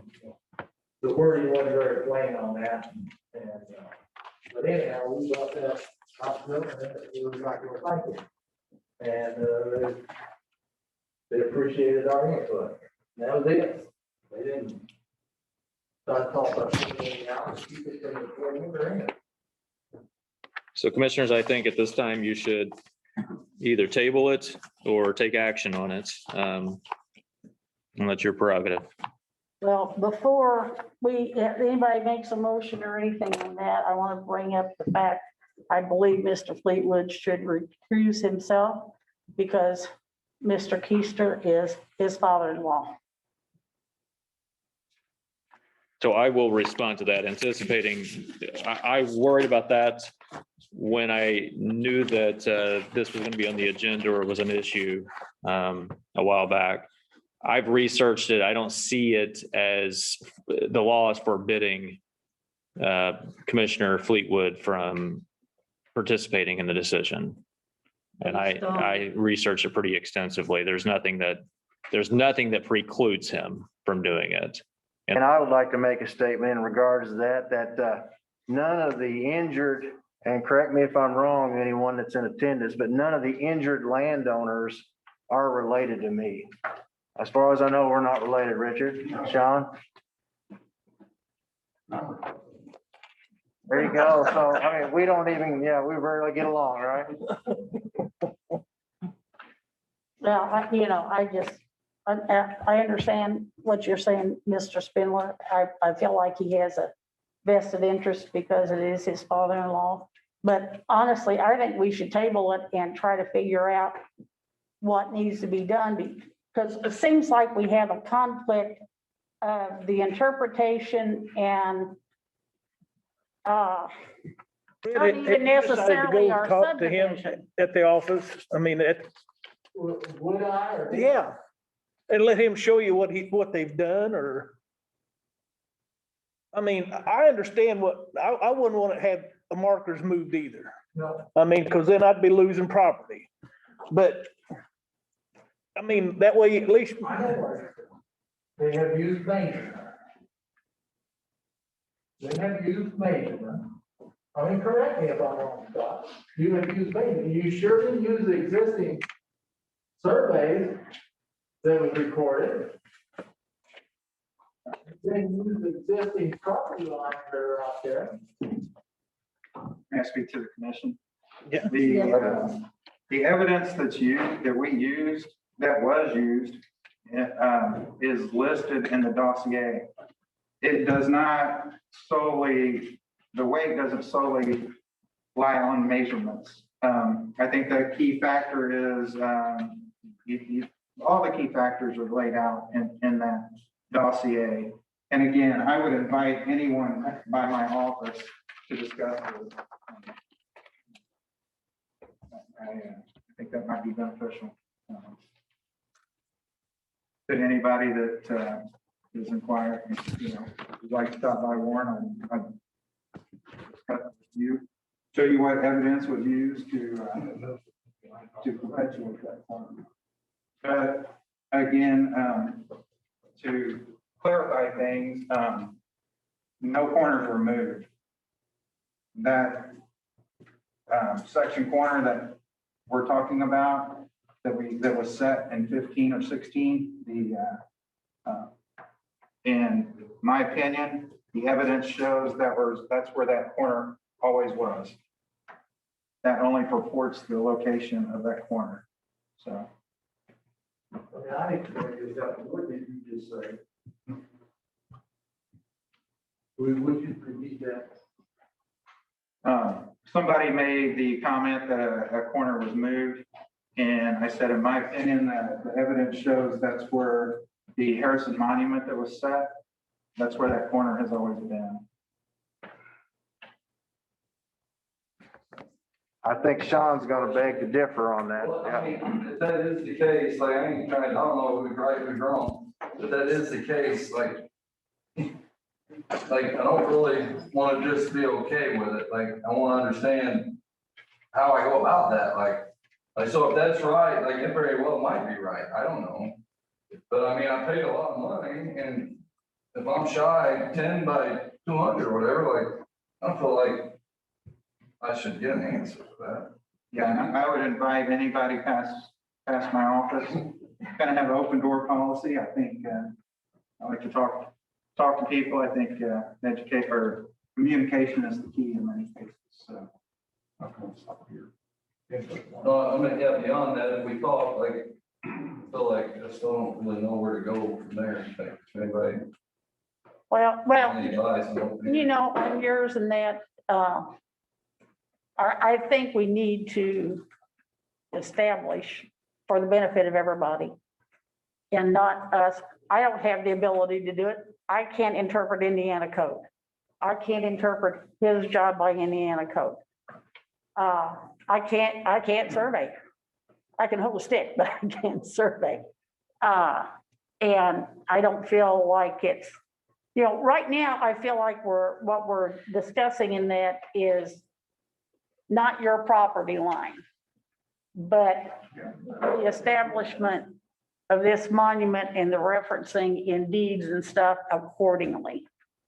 Now, maybe a deed needs to be, would have to be redone if it's established that this, you know, monument isn't one, but keeping your property line in that, you know, description. I don't know the P's and Q's about it. I have absolutely no idea. I'm trying to just use common sense on this. And it is saying respect for your property line. Yes, sir. Well, Mary, if he was using common sense, then you wouldn't be taking away 10 foot of his lot, 200 foot. Well, no, no. Property where he has no access to the county road then. No, that's what I'm talking about. I feel like we need to come up with the solution. I don't have the knowledge to come up with that solution to make. Well, no, not necessarily, because you're also dealing with the law. And kind of, as we all know, the law doesn't necessarily always use common sense. You know, I don't feel like I can make a decision based on what we're hearing. I understand where Mr. Keister is coming from. I understand where Scott is coming from, but I'm kind of like also Mr. Whitten, you know, like, okay, then what does this do to my property line? And that, to me, becomes the establishment, the correct establishment of this monument and corrections thereafter. And we can't say the monument's right. We're going by what our county surveyor says. And that, because that's his job. And I'll read this straight out of code. The perpetuated location of original land survey or grant corner is referenced by the county surveyor of the county in which the corner exists as prima facie evidence of that corner's location. So you're just, it's like, we set the corner, we're gonna perpetuate it, so that's the corner. You go out of one set another, and say you're gonna perpetuate it, and everything in the history, in the last 200 years, and probably 24 county land surveyors. Land surveyors in this county, Harry Morrison used to say his dad, they thought they had figured out when they had a chain, those days they used chain, the length. When they had figured out when they bought a new chain, because they would wear, they didn't go out and try to change corners. They went out and tried to figure out why this is made it a little bit shorter. That's done so they had a new outstanding. You know. And in answer to Jason's question about other counties, no, I can't say that this hasn't happened anywhere. I mean, one instance, two instances. But I can say there is no other county that I know of doing anything like this. Because it to create this chaos. I can say that without a doubt.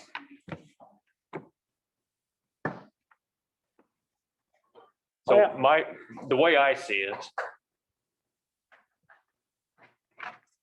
we've got to come up with a resolution where the private surveyors and the county surveyor are on the same page, or there is going to be chaos. My recommendation tonight, and I know you've been waiting on a resolution to this, a decision to your appeal for a while. But I would recommend that it be tabled. We're meeting in a little more than 2 weeks. Bring it up at that next meeting with the full expectation that if there's no resolution between now and then, that the commissioners would act. So that's obviously your decision on the commissioner's decision on what you do, but I've got a couple of ideas that I want to talk with them privately about. I don't know that they will work, but I've got a couple of ideas that I've thought of while I've been in here tonight. I have one question, Jason. If it turns out this goes that the surveyor, which can be wrong, is wrong in the future, and everybody has changed their deeds, can somebody sue your county surveyor? And our taxpayers' money paid for a lawsuit? Because isn't the county surveyor paid by the Gibson County's taxes? Am I correct? Yep. So if Scott. Your taxes like mine. If Yep. he can be sued for being wrong, am I correct? That means I if he don't gets know. sued and wins, the county would be held responsible for the lawsuit, correct? Yes, Okay. more or less. And the That's taxpayers of Gibson County would be held, which would be another lawsuit this county can't afford. I'm just letting y'all aware that whatever decision you make, he could be wrong. And he could end up causing this county a lawsuit, everybody disputing and saying, you gotta change my deed all over the county or whatever. It's just something that popped in my head, something y'all. need to know. And I understand where you're coming So from. that decision has to be treated lightly on that decision. Right, well, and you know, Yeah. if Mr. Spindler thinks he has a couple And that's. different things as something we need to pursue Yeah, rather than jump to a conclusion. right, because you don't want no suits paid. No, no. And hey, I don't want anybody to lose any of their ground or anything else. We just need to establish, you know, that. I think that's Because we work for the public. Is that satisfactory? satisfactory to us, go another 2 weeks or whatever it takes to, and hopefully we can get something done. And again, I just want to say, anybody wants to contact my office, happy to help them. I need to make a motion, don't I, to table it? Yeah. I'll make a motion to table this. Got a motion made. Study. Okay, for further study to be brought up at our next meeting. Do we have a I'll second? second it. All in favor signify by saying aye. Aye. Aye. Okay, thank you. Thank you. We'll try and get this settled out and figured out, okay? Patty, thank Thank you, guys. I appreciate your input. Helps a Hey, lot. Brant, Thank you, everybody. Thank you. Have a good evening. Brent Johnson, you come forward, please. Highway Superintendent. I understand you have something to share with us this evening. So first, the purchase that we made on the new road grader that was approved and everything, it will be coming to the county highway garage tomorrow morning. So that's coming in. The second thing is that, That's the John Deere, right? yes. The matches, okay, Yes. yeah. The second thing that I have is that, so the ditching machine that we have now, we're trying to keep it going, and it broke down, so we just got it back running. So I'm here tonight to ask the commissioners, we have a company out of Vincennes, Indiana, called Hurricane. They have a new ditch angel machine that all the counties seem to be going to. The ditch machine that we had 20 years ago, it cost over $227,000. The ditch machine that we're looking at Vincennes costs around $40,000. So I'm asking you to, we have the money in the budget. Julie has confirmed that, I think Kay has to. So I just want to ask your commission to make a motion to purchase that. Is this a self-propelled or is it a pull? pull. It's on a 3-point hitch. It's a pull behind? 3-point hitch. It's what all the county seem to go. Matt, we talked to. The old one, you had to pull, it was on its own trailer, but it had its own big diesel motor. Right, right. And that thing was so heavy, it's sinking in the. Yeah, well, because we used Hurricane, So that's kind of what I'm small doing. one in the field. Yes. Do we have a motion to? I'll approve? make that motion. Got a motion made. Do we have a second? Well, you know, if we really need it. Well, it's a and, big I mean, job. you know, oh. It is a big job. Let me tell you, I know what kind of job it is. Yeah, And well, enough of them in our fields. yeah. And I mean, if the money's in the budget Yes, ma'am. and you realize you're not gonna have any, you're not gonna get that back No. or anything in the future, And I- near future. We have, I think Ron Bush's our fleet manager looked into kind of like the same machine that we have now. Uh-huh. And the price tag is even higher than what it was 20 some years. Well, I think it'd be closer to $500,000. It's, It's 400 at least, And yeah. the one that we have, the heaviness of it on the side of the road, standing without, this one's a new lightweight, better, and I just wanted to bring it, yeah, see if we can get that started. Well, if I remember right, I think in Chuck's like 15-year plan and that, which you need to put together for your equipment. I think that was scheduled to come up in another year or two at least. They're having trouble I don't- getting parts. They're obsolete. Well, no, but I mean, Yeah. it was scheduled, so I'll second the motion to let him get Motion made in the that second. in the budget. Motion made in the second. All in favor signify by saying aye. Aye. Aye. You have your approval. Thank you. Mr. Fleetwood, may I, Yes, sir. may I interject? So I can leave and get there before 8 o'clock.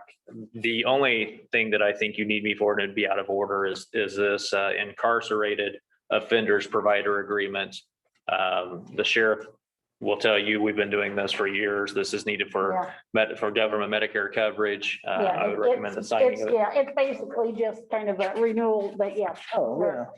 I got an email on that, so I've learned a little about it. Do we need to put that to motion? Yes, Yes. please. Okay, I'll entertain a motion to approve it. The incarcerated offenders provider agreement. I'll make that motion. I'll second.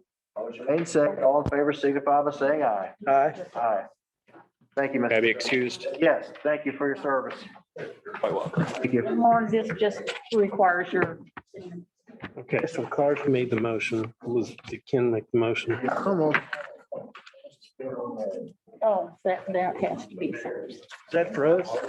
Yeah, that, the resolution. Okay. Next up on our agenda is the Owensville Carnegie Public Library appointment. And did everyone receive a letter on that? Yeah. Yes. Okay, great. We have a Jerica Davis. I would need a motion to appoint her. I'll make a motion to approve the recommended member, Jerica Davis. I'll second it. Motion made in second. All in favor signify by saying aye. Aye. Aye. Moving right along to our Fort Branch Teen and Community Center. We have architect Kel Calvert here this evening and Don and Robin Engemeyer. Welcome all. Feel free to take the podium at this time. And you're all welcome to come up and Let you guys introduce yourselves. I'm Robin Engemeyer, and I'm an activities director at the Teen Center. And I am, Thomas Don, and I'm the welcome. I think last time we presented, you all with copies of this report. Do you have copies? Do you need copies? Yes, Yeah, we received copy. Oh, I've got a copy. Mhm.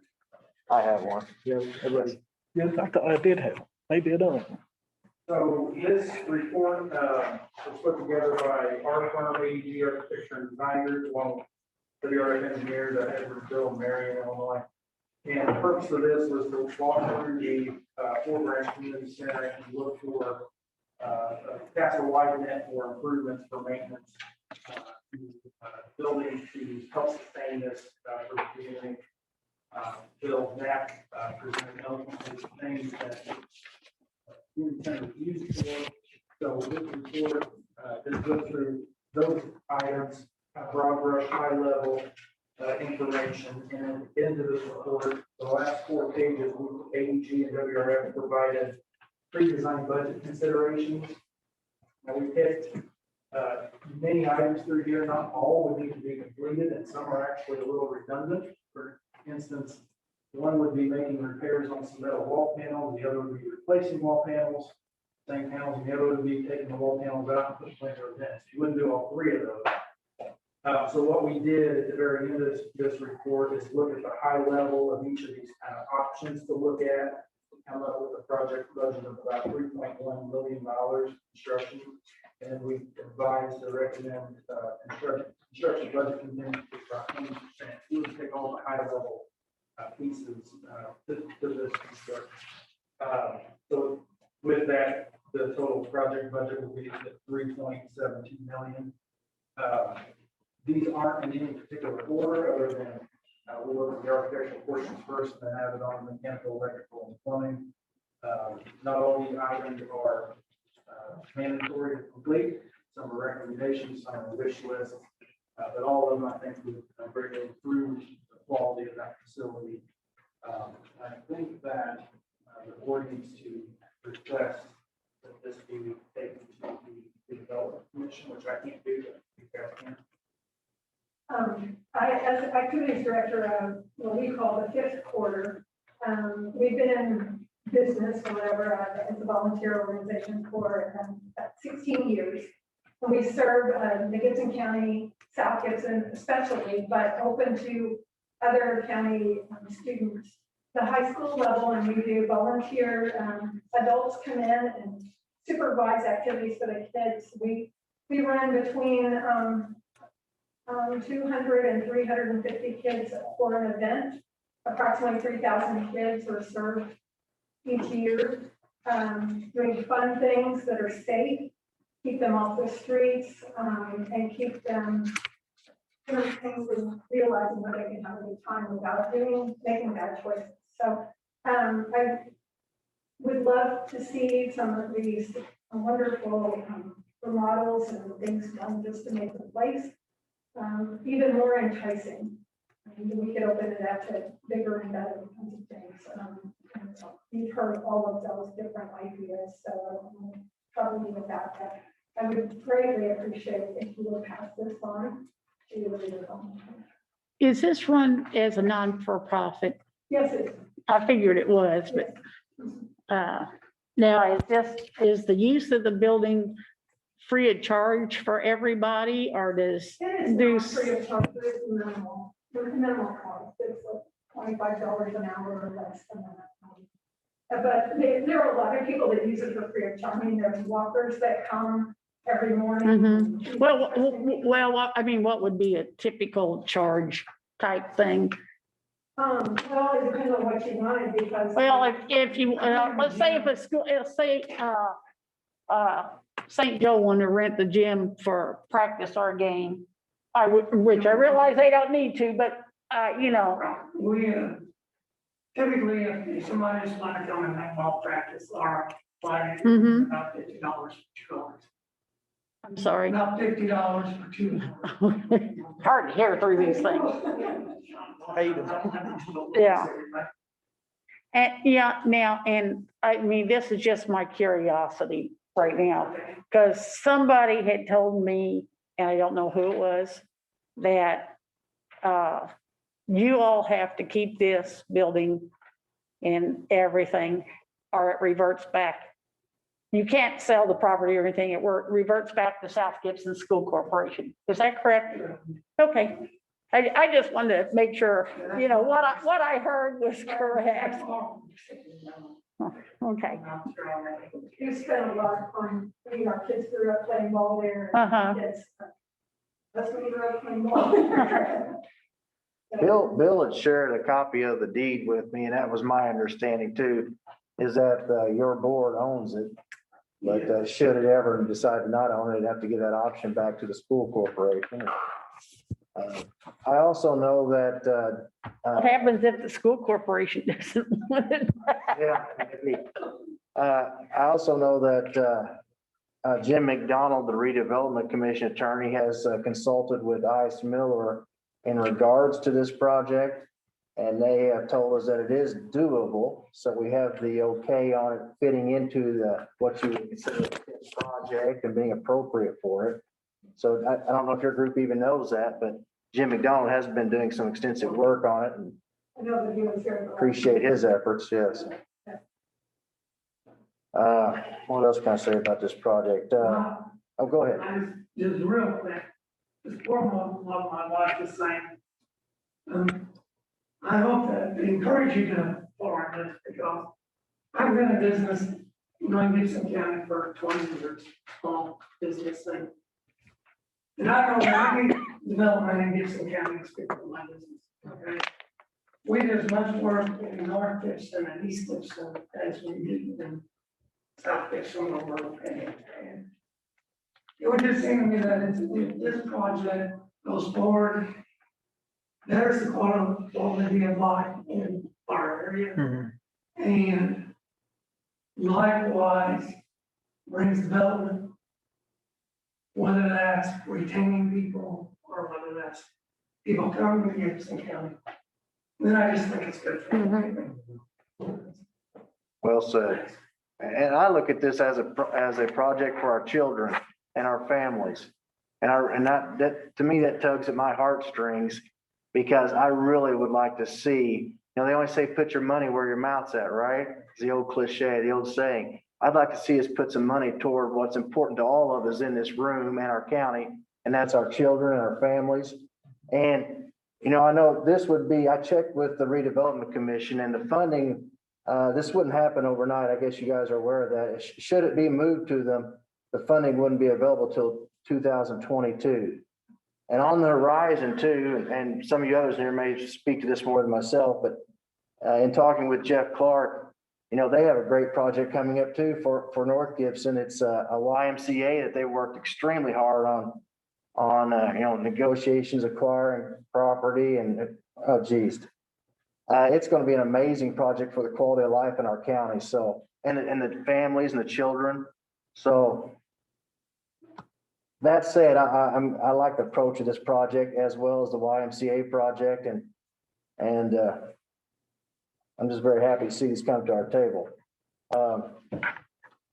Commissioners are asking for us to move this forward to the redevelopment commission formally for funding for 2022. Do I have a motion? Oh, I'll make that motion. Well, all right. I don't get me wrong, I will go through with this, but I don't really want to put a money amount on it because No. that's a huge amount of money, as you guys well know. So, I mean, that to me, yeah, Redevelopment committee, wouldn't it? yeah. They'll give us their input on it. Yeah. Yeah. I would And say, one correction for you, Warren, that the Y is not North Gibson. It happens to be located in Princeton. isn't it going to be built in North Gibson? It's gonna be, yeah, but it's not for North Gibson. It is for the, and you had said that too. Right, that's You what had that I at the end of it, that, Yeah, that that's it was. what I for the meant. county. Yeah, I meant the, Y. I meant the campus Yeah, the campus. was going to be located. Yeah, in Princeton, yeah. And, but be available even, speaking of that matter, I understand they're going to try to have shuttle buses to bring kids in from other areas of the county. That's what their hopes are. Amazing project. Yes, sir. Before they leave, I just want to thank them. My kids went to fifth quarter. I want to thank you for that program. My kids never got in trouble there. They was there all the time. My son has actually rented that gym at $25 an hour. I went in there with play ball too. So. That's great. it's really neat. Thank you. That's great. I've seen kids in there from Princeton, Francisco playing basketball. Mayor Greg Wright in there. That's great. I would like to offer them an applause just for their vote, for their donating of time. Now that we sufficiently embarrassed. So we have a motion to move forward to the redevelopment commission for their consideration. And a second, all in favor signify by saying aye. Aye. Aye. Thank you for your time. Thank you, Mr. Calvert. Major medical. Major medical. I just need a motion to approve the major medical leave. I'm presuming, Michael, that he checked it all out and it's all ready to go. So rather than go any more time since we've gone, Yeah. I've gone this long, I'll make a motion to approve. I'll second it. Got a motion made in a second. All in favor signify by saying aye. Aye. Aye. And our last item, family medical leave. I'll entertain a motion for that approval. I'll make that motion. I'll second it. Motion made in a second. All in favor signify by saying aye. Aye. Aye. Aye. Heritage Days, they get taken care of. Oh, she's gonna come back since she realized it was gonna be so long. Okay, I'll entertain a motion to adjourn at this point. Let's do that. I'll make Tim's got something. Oh, wait a minute.